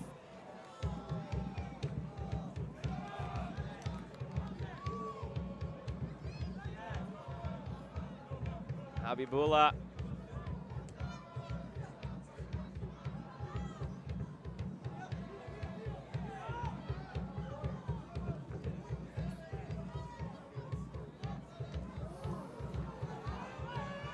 Here's Levante Johnson thinking about a shot. Now he takes it off the post. Habibullah the rebound. Cameron Habibullah cutting, shooting over the bar. Vancouver is coming to life. LAFC 2 holding on for dear life as we have 10 minutes to go.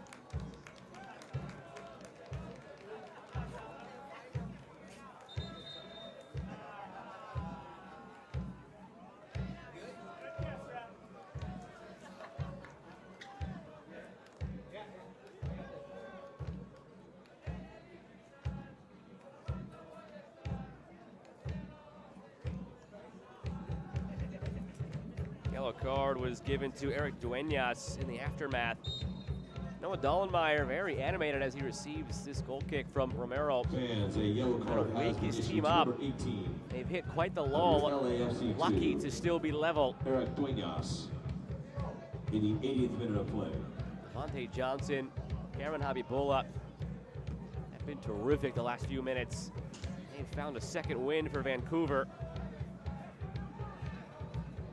Here's Lowell Wright, squaring it back to Habibullah on the volley.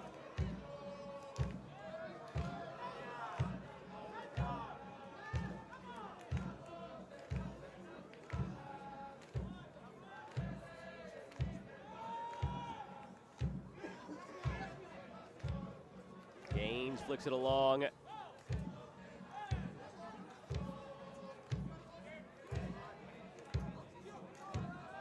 Here and there, talking to some coaches around this league as we get closer and closer to potential kicks from the mark in this one.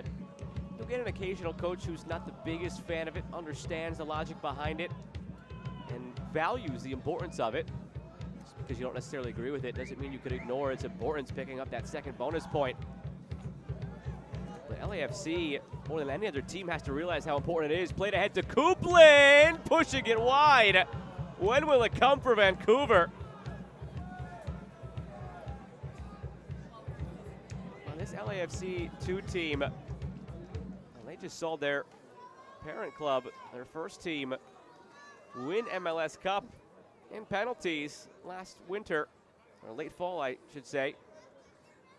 And that's what part of the thinking is behind that rule. Aside from doing away with just the ties and getting the extra point to play for, it's simulating that environment for these players. All the most important games you'll ever play in your career, whether it's MLS, whether it's international competition, in a tournament format, there's always the threat of penalties. We just saw World Cup decided on penalties. Legacies decided between Mbappe and Messi, more than just a trophy on the line. It comes down to that, and it's a great pressure cooker here in this league to have that environment potentially game in, game out, depending on how things finish. We are 7.5 minutes plus stoppage time away from that perhaps tonight. Barring a heroic effort from someone on either team. A couple of near misses in the last few minutes from Vancouver. Looking to get out in transition again here. Aguilar, at the moment, passing by. Should have released well earlier. For Levante Johnson or Habibullah has a chance to do so now again. As barely keep it alive. Now it's lost by Frié to Mail. Opportunities few and far between for LAFC 2 in this second half. That hit square in the face. Raj Bhat. Now, we're going to brief stoppage here from Chris Ruska, the referee. Because of the head injury, Bhat trying to wave him off, and looks like we will continue without a longer look at Bhat. And back to the action. Some space here for LAFC. 2 good clean tackle by Frié. Ill-advised effort on the fancy flick from Coupland. Now Mel. This game getting really stretched now. Doesn't seem like either of these teams want to go from, rather go 2 kicks from the mark.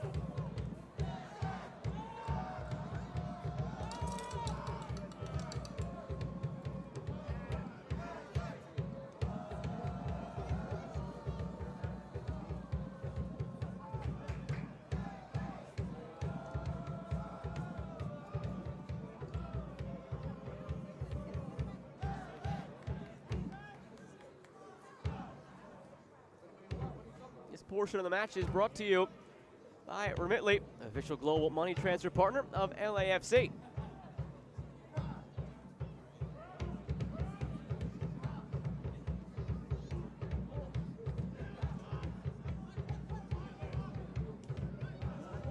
Gerasimenkov ahead to Johnson. Now Aguilar.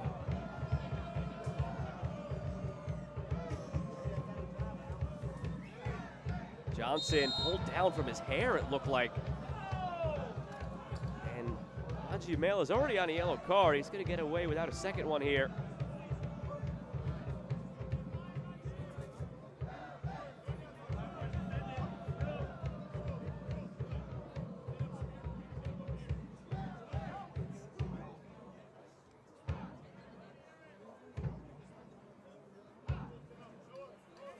Habibullah takes the ball from Gerasimenkov.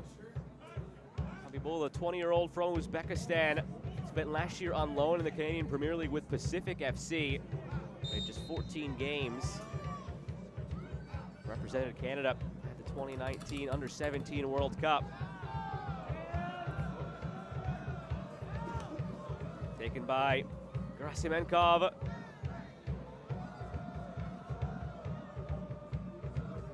Out wide to Habibullah.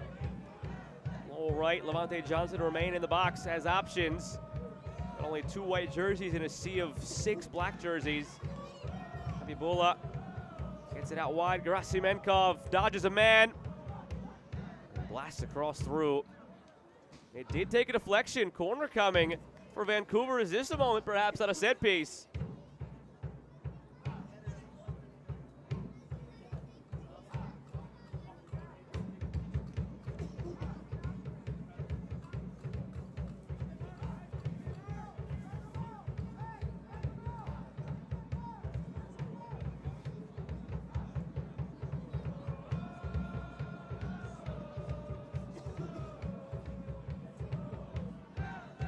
Curled in toward the back post, headed across the frame of goal, and out for a goal kick.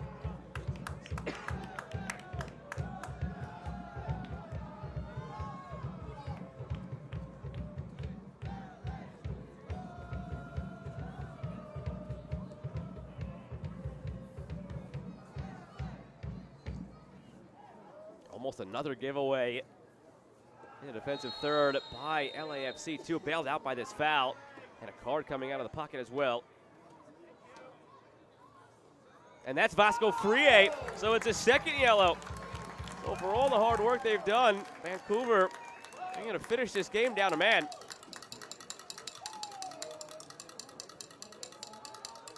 Keep in mind they won't be missing Frié for the next match.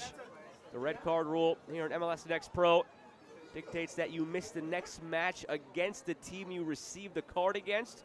So when Vancouver and LAFC meet later in the year, that is when Frié will miss the match. So the same thing popped last week for LAFC 2. Dollenmeyer picked up a red card against North Texas. He'll miss their next meeting, but was okay to play tonight.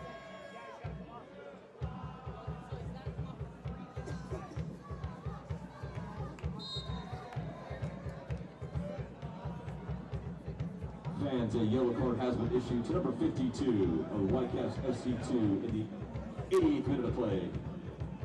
That is Fry's second yellow. Therefore, a red Good card news has for been issued to Vancouver is Whitecaps player. it's a little time left on the clock. It's going to be hard for LAFC to really exploit this extra man advantage here. That red card happens earlier in the game. Your teammates are forced to chase more and fatigue sets in. You're only going to have to navigate about 5 minutes down a player.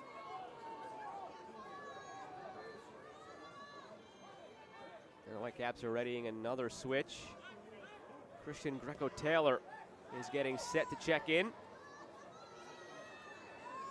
Gmail back for Dollenmeyer. 90th minute.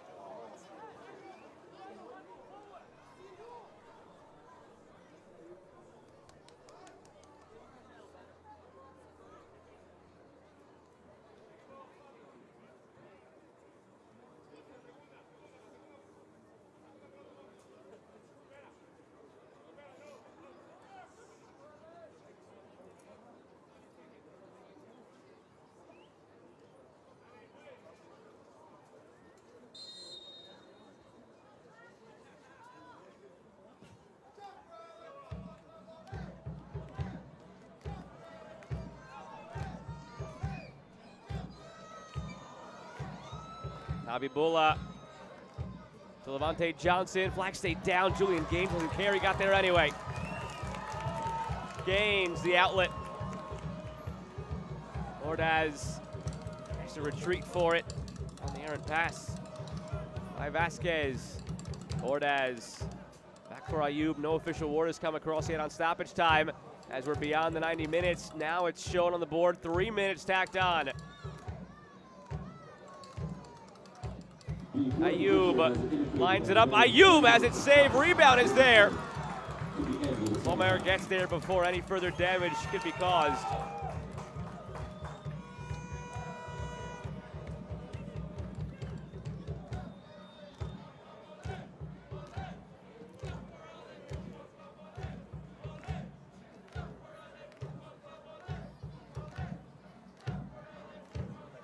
Abibullah. Low right, which takes him wide. Able to keep it in, gets past his man. Good recovery from Dollenmeyer.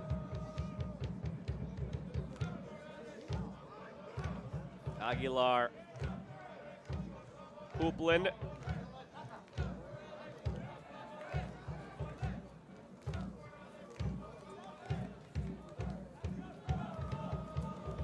Gerasimenkov gives it away.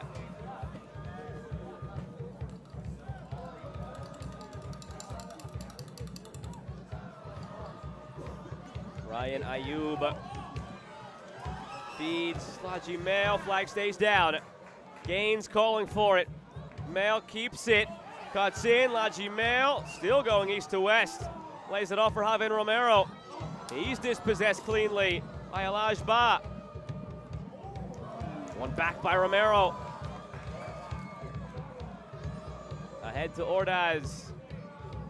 Vasquez lines it up. Saved by Volmer. He'll just wait for some of the pressure here. Now down a man, Vancouver. Maybe just content to get to kicks from the mark. Only 60 seconds to play.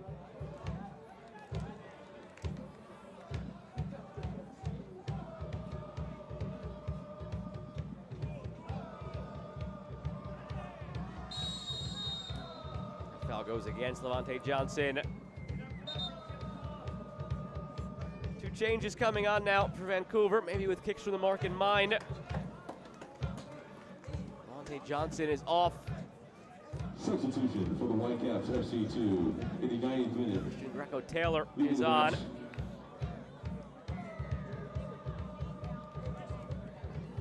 Number 57, Trevor Long.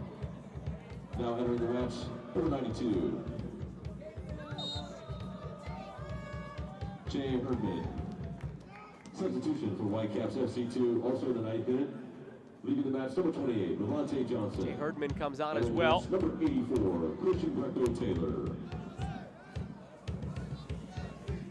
Here comes Lowell Wright, closing in. Lowell Wright cuts it back, has Habibullah for support. Waited a bit too long and the opportunity went by the wayside. Corner coming here, past the 3 minutes given. Chris Ruska will let them play this out, it looks like. He's checking his watch. He'll give them the corner. If they score now, it'll be a winner. Otherwise, we go to kicks from the mark.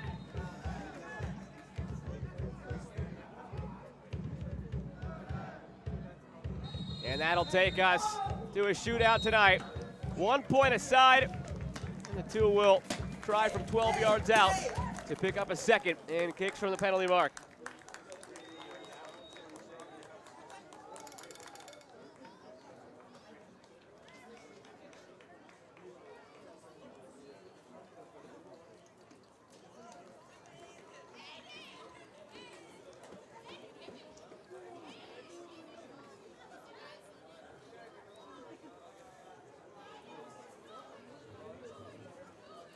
Ladies and gentlemen, have your attention, please. Take a look at how we got here to kicks from the mark tonight. Goals came early. Eric Duenas all the way back in the 16th minute. Giveaway, but Isaac Mulmer did the hard work here to come up with what turned out to be an easy finish. And at 1-0 in the 16th minute. It took 16 minutes of the match to get the first goal. It took 16 more minutes of the match to get the second goal. Came in the 32nd minute. Cameron Habibullah on the feed from Ba. First touch took him past Duenas brilliantly, and then he put it in the upper corner. After that, plenty of chances both ways, but converted. Go to kicks from the mark.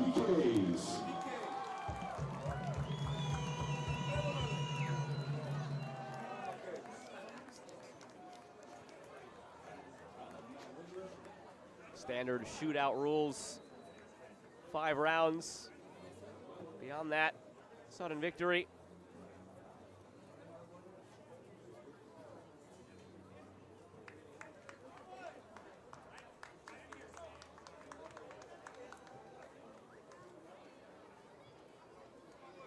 Figuring out which side they will shoot at, who will shoot first, and who will pick up the extra point tonight. 5-0 victory for Tacoma over Real Monarchs is complete. So kicks from the mark will bring week 2 of the 2023 MLS Next Pro season to a close between LAFC 2 and Vancouver Whitecaps FC 2.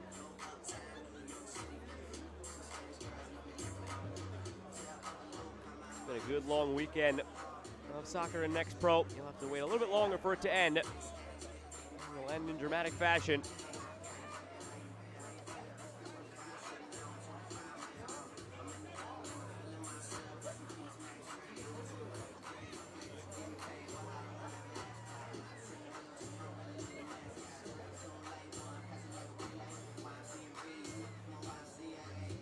Told Vancouver will be shooting first.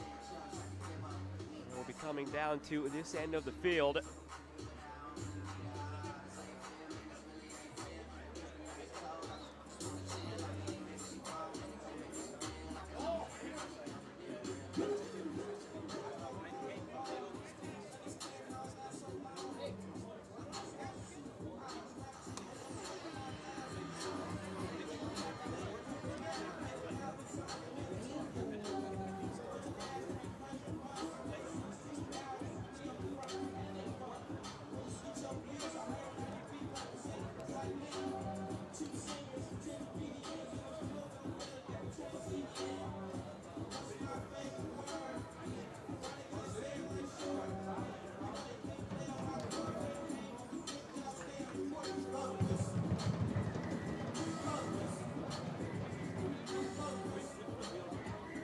Vancouver will shoot first.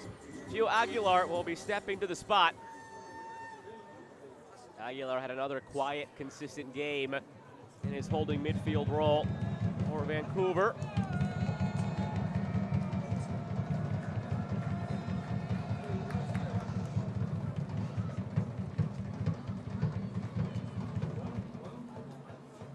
Oh, now is a ball. There it is.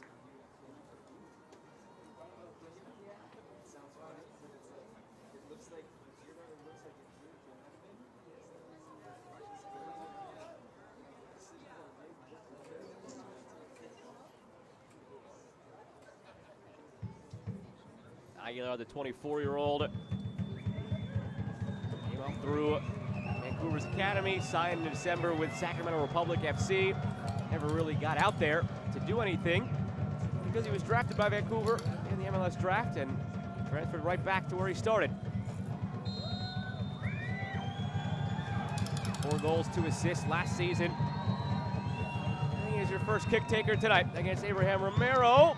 And he slots it home. Romero gets the right way. Aguilar, enough pace and placement on it to get it past and get us going.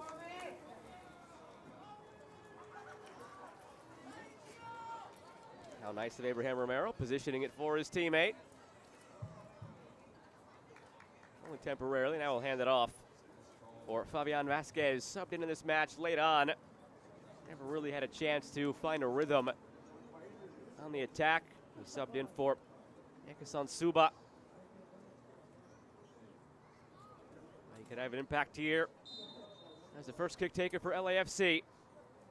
Vasquez against Bolmer. Bolmer never had a chance. Well taken by Vasquez.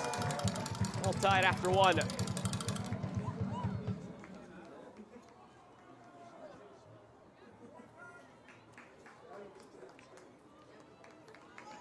Either way, no matter how this finishes here, if you're Vancouver, have to be happy with your start to the season. You picked up 3 points at home. You went on the road and earned at least a 1 point of a draw against LAFC 2. Now you can pick up that bonus point. On the flip side, if you're LAFC 2, you'll feel a lot better about yourself if you win this shootout. Lost at home last week to North Texas. Don't want to just come away with the 1 point tonight. Here's Habibullah, who has a goal tonight. Lone goal for Vancouver in the 1-1 tie through 90. And Habibullah is denied by Romero. First team to blink is Vancouver. Big stop by Romero. Just barely held his line.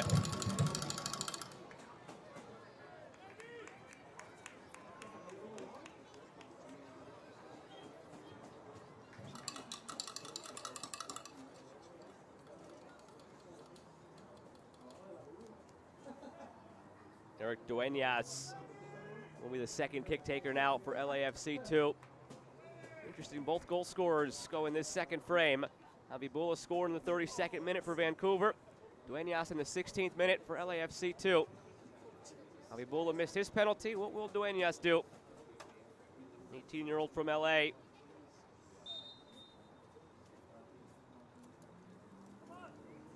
Duenas hesitation in the run-up, and he's denied. All level through 2. Bolmer comes up big after seeing Romero do the same.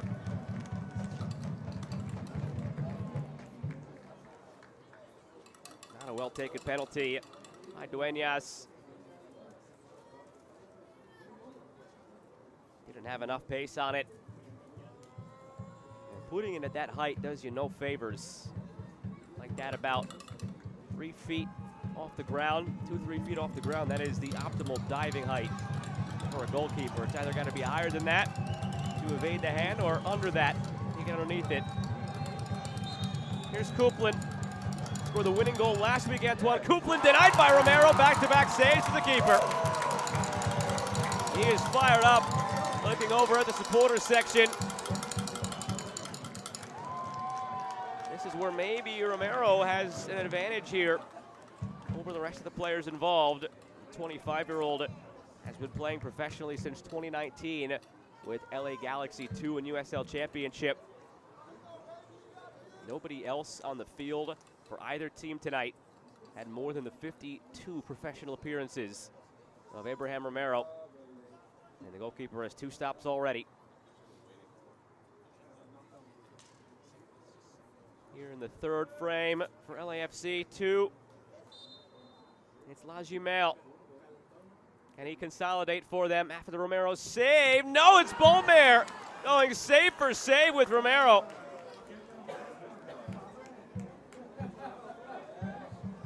A smile there as Bolmer gives a fist pump to Romero. Mutual respect between the goalkeepers.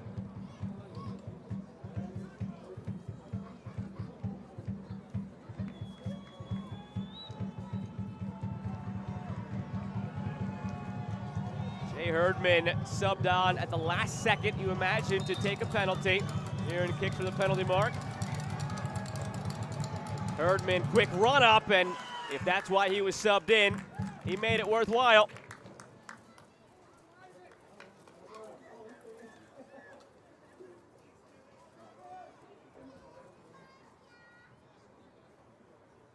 No threat yet of things ending here. But if Bolmer could make a stop, or if the shot is missed altogether, then with the next shot, Vancouver could win it. Nathan Ordaz will step up. Very solid game tonight for Ordaz. First lefty to strike one, and he calmly tucks it away. We're still level through 4. And we're not level through 4 with different varying results. Make for make, save for save. Each frame has been the same.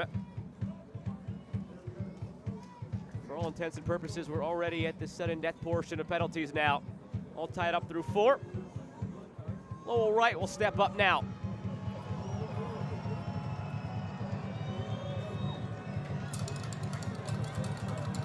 Does Romero have another save in him? Lowell Wright, the hesitation, got him going the wrong way. That's well done by Lowell Wright. And now Vancouver has a chance to win it here. LAFC 2 must convert. Otherwise, they will pick up just 1 of a possible 5 points in the first 2 games of their season, both at home. Like to pick up points at home when you can. Justin Aguirre also subbed on late for LAFC 2, presumably for a penalty. And it all comes down to him now. Must score to keep it going. Aguirre denied by Bolmer.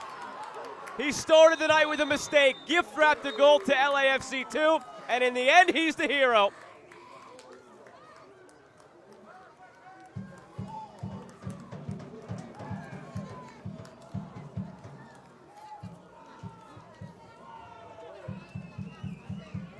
At the end of the match, That is Whitecaps. the beauty of this sport, or any sport for that matter. You always have a chance to redeem yourself, so long as there is time on the clock, or in this case, beyond the time on the clock, into kicks from the mark. Back in that 16th minute, Bolmer, a nightmare start to the game. Had the ball caught up between his feet, gave it away to Dueñas, and Dueñas slotted it home to go up 1-0. Bolmer was bailed out by Javi Bula in the 32nd minute, finally the equalizing goal. And then kicks from the mark, Bolmer, 3 massive saves. As they go ahead and win the shootout, 3-2 here on the road at Cal State Fullerton. And with that, it's easy to pick out tonight's Adidas man of the match. It's Isaac Bolmer for his 3 saves in the shootout. That right there from Lowell Wright put Vancouver ahead. And then he went ahead and got that save. Oh, excuse me, we'll give Lowell Wright the man of the match tonight for scoring the winning penalty on the Vancouver side. And then Bolmer gets a lot of the credit as well for going ahead and making that stop. He had the mistake here early in the game, but he redeemed himself. And the Vancouver Whitecaps FC 2 have 5 of a possible 6 points through their first 2 weeks of the season. And that does it for us tonight from Cal State Fullerton at Titan Stadium. For the crew that makes this possible, I'm Joe Malva saying good night, and we hope you enjoyed another terrific week of action here in the 2023 MLS Next Pro season.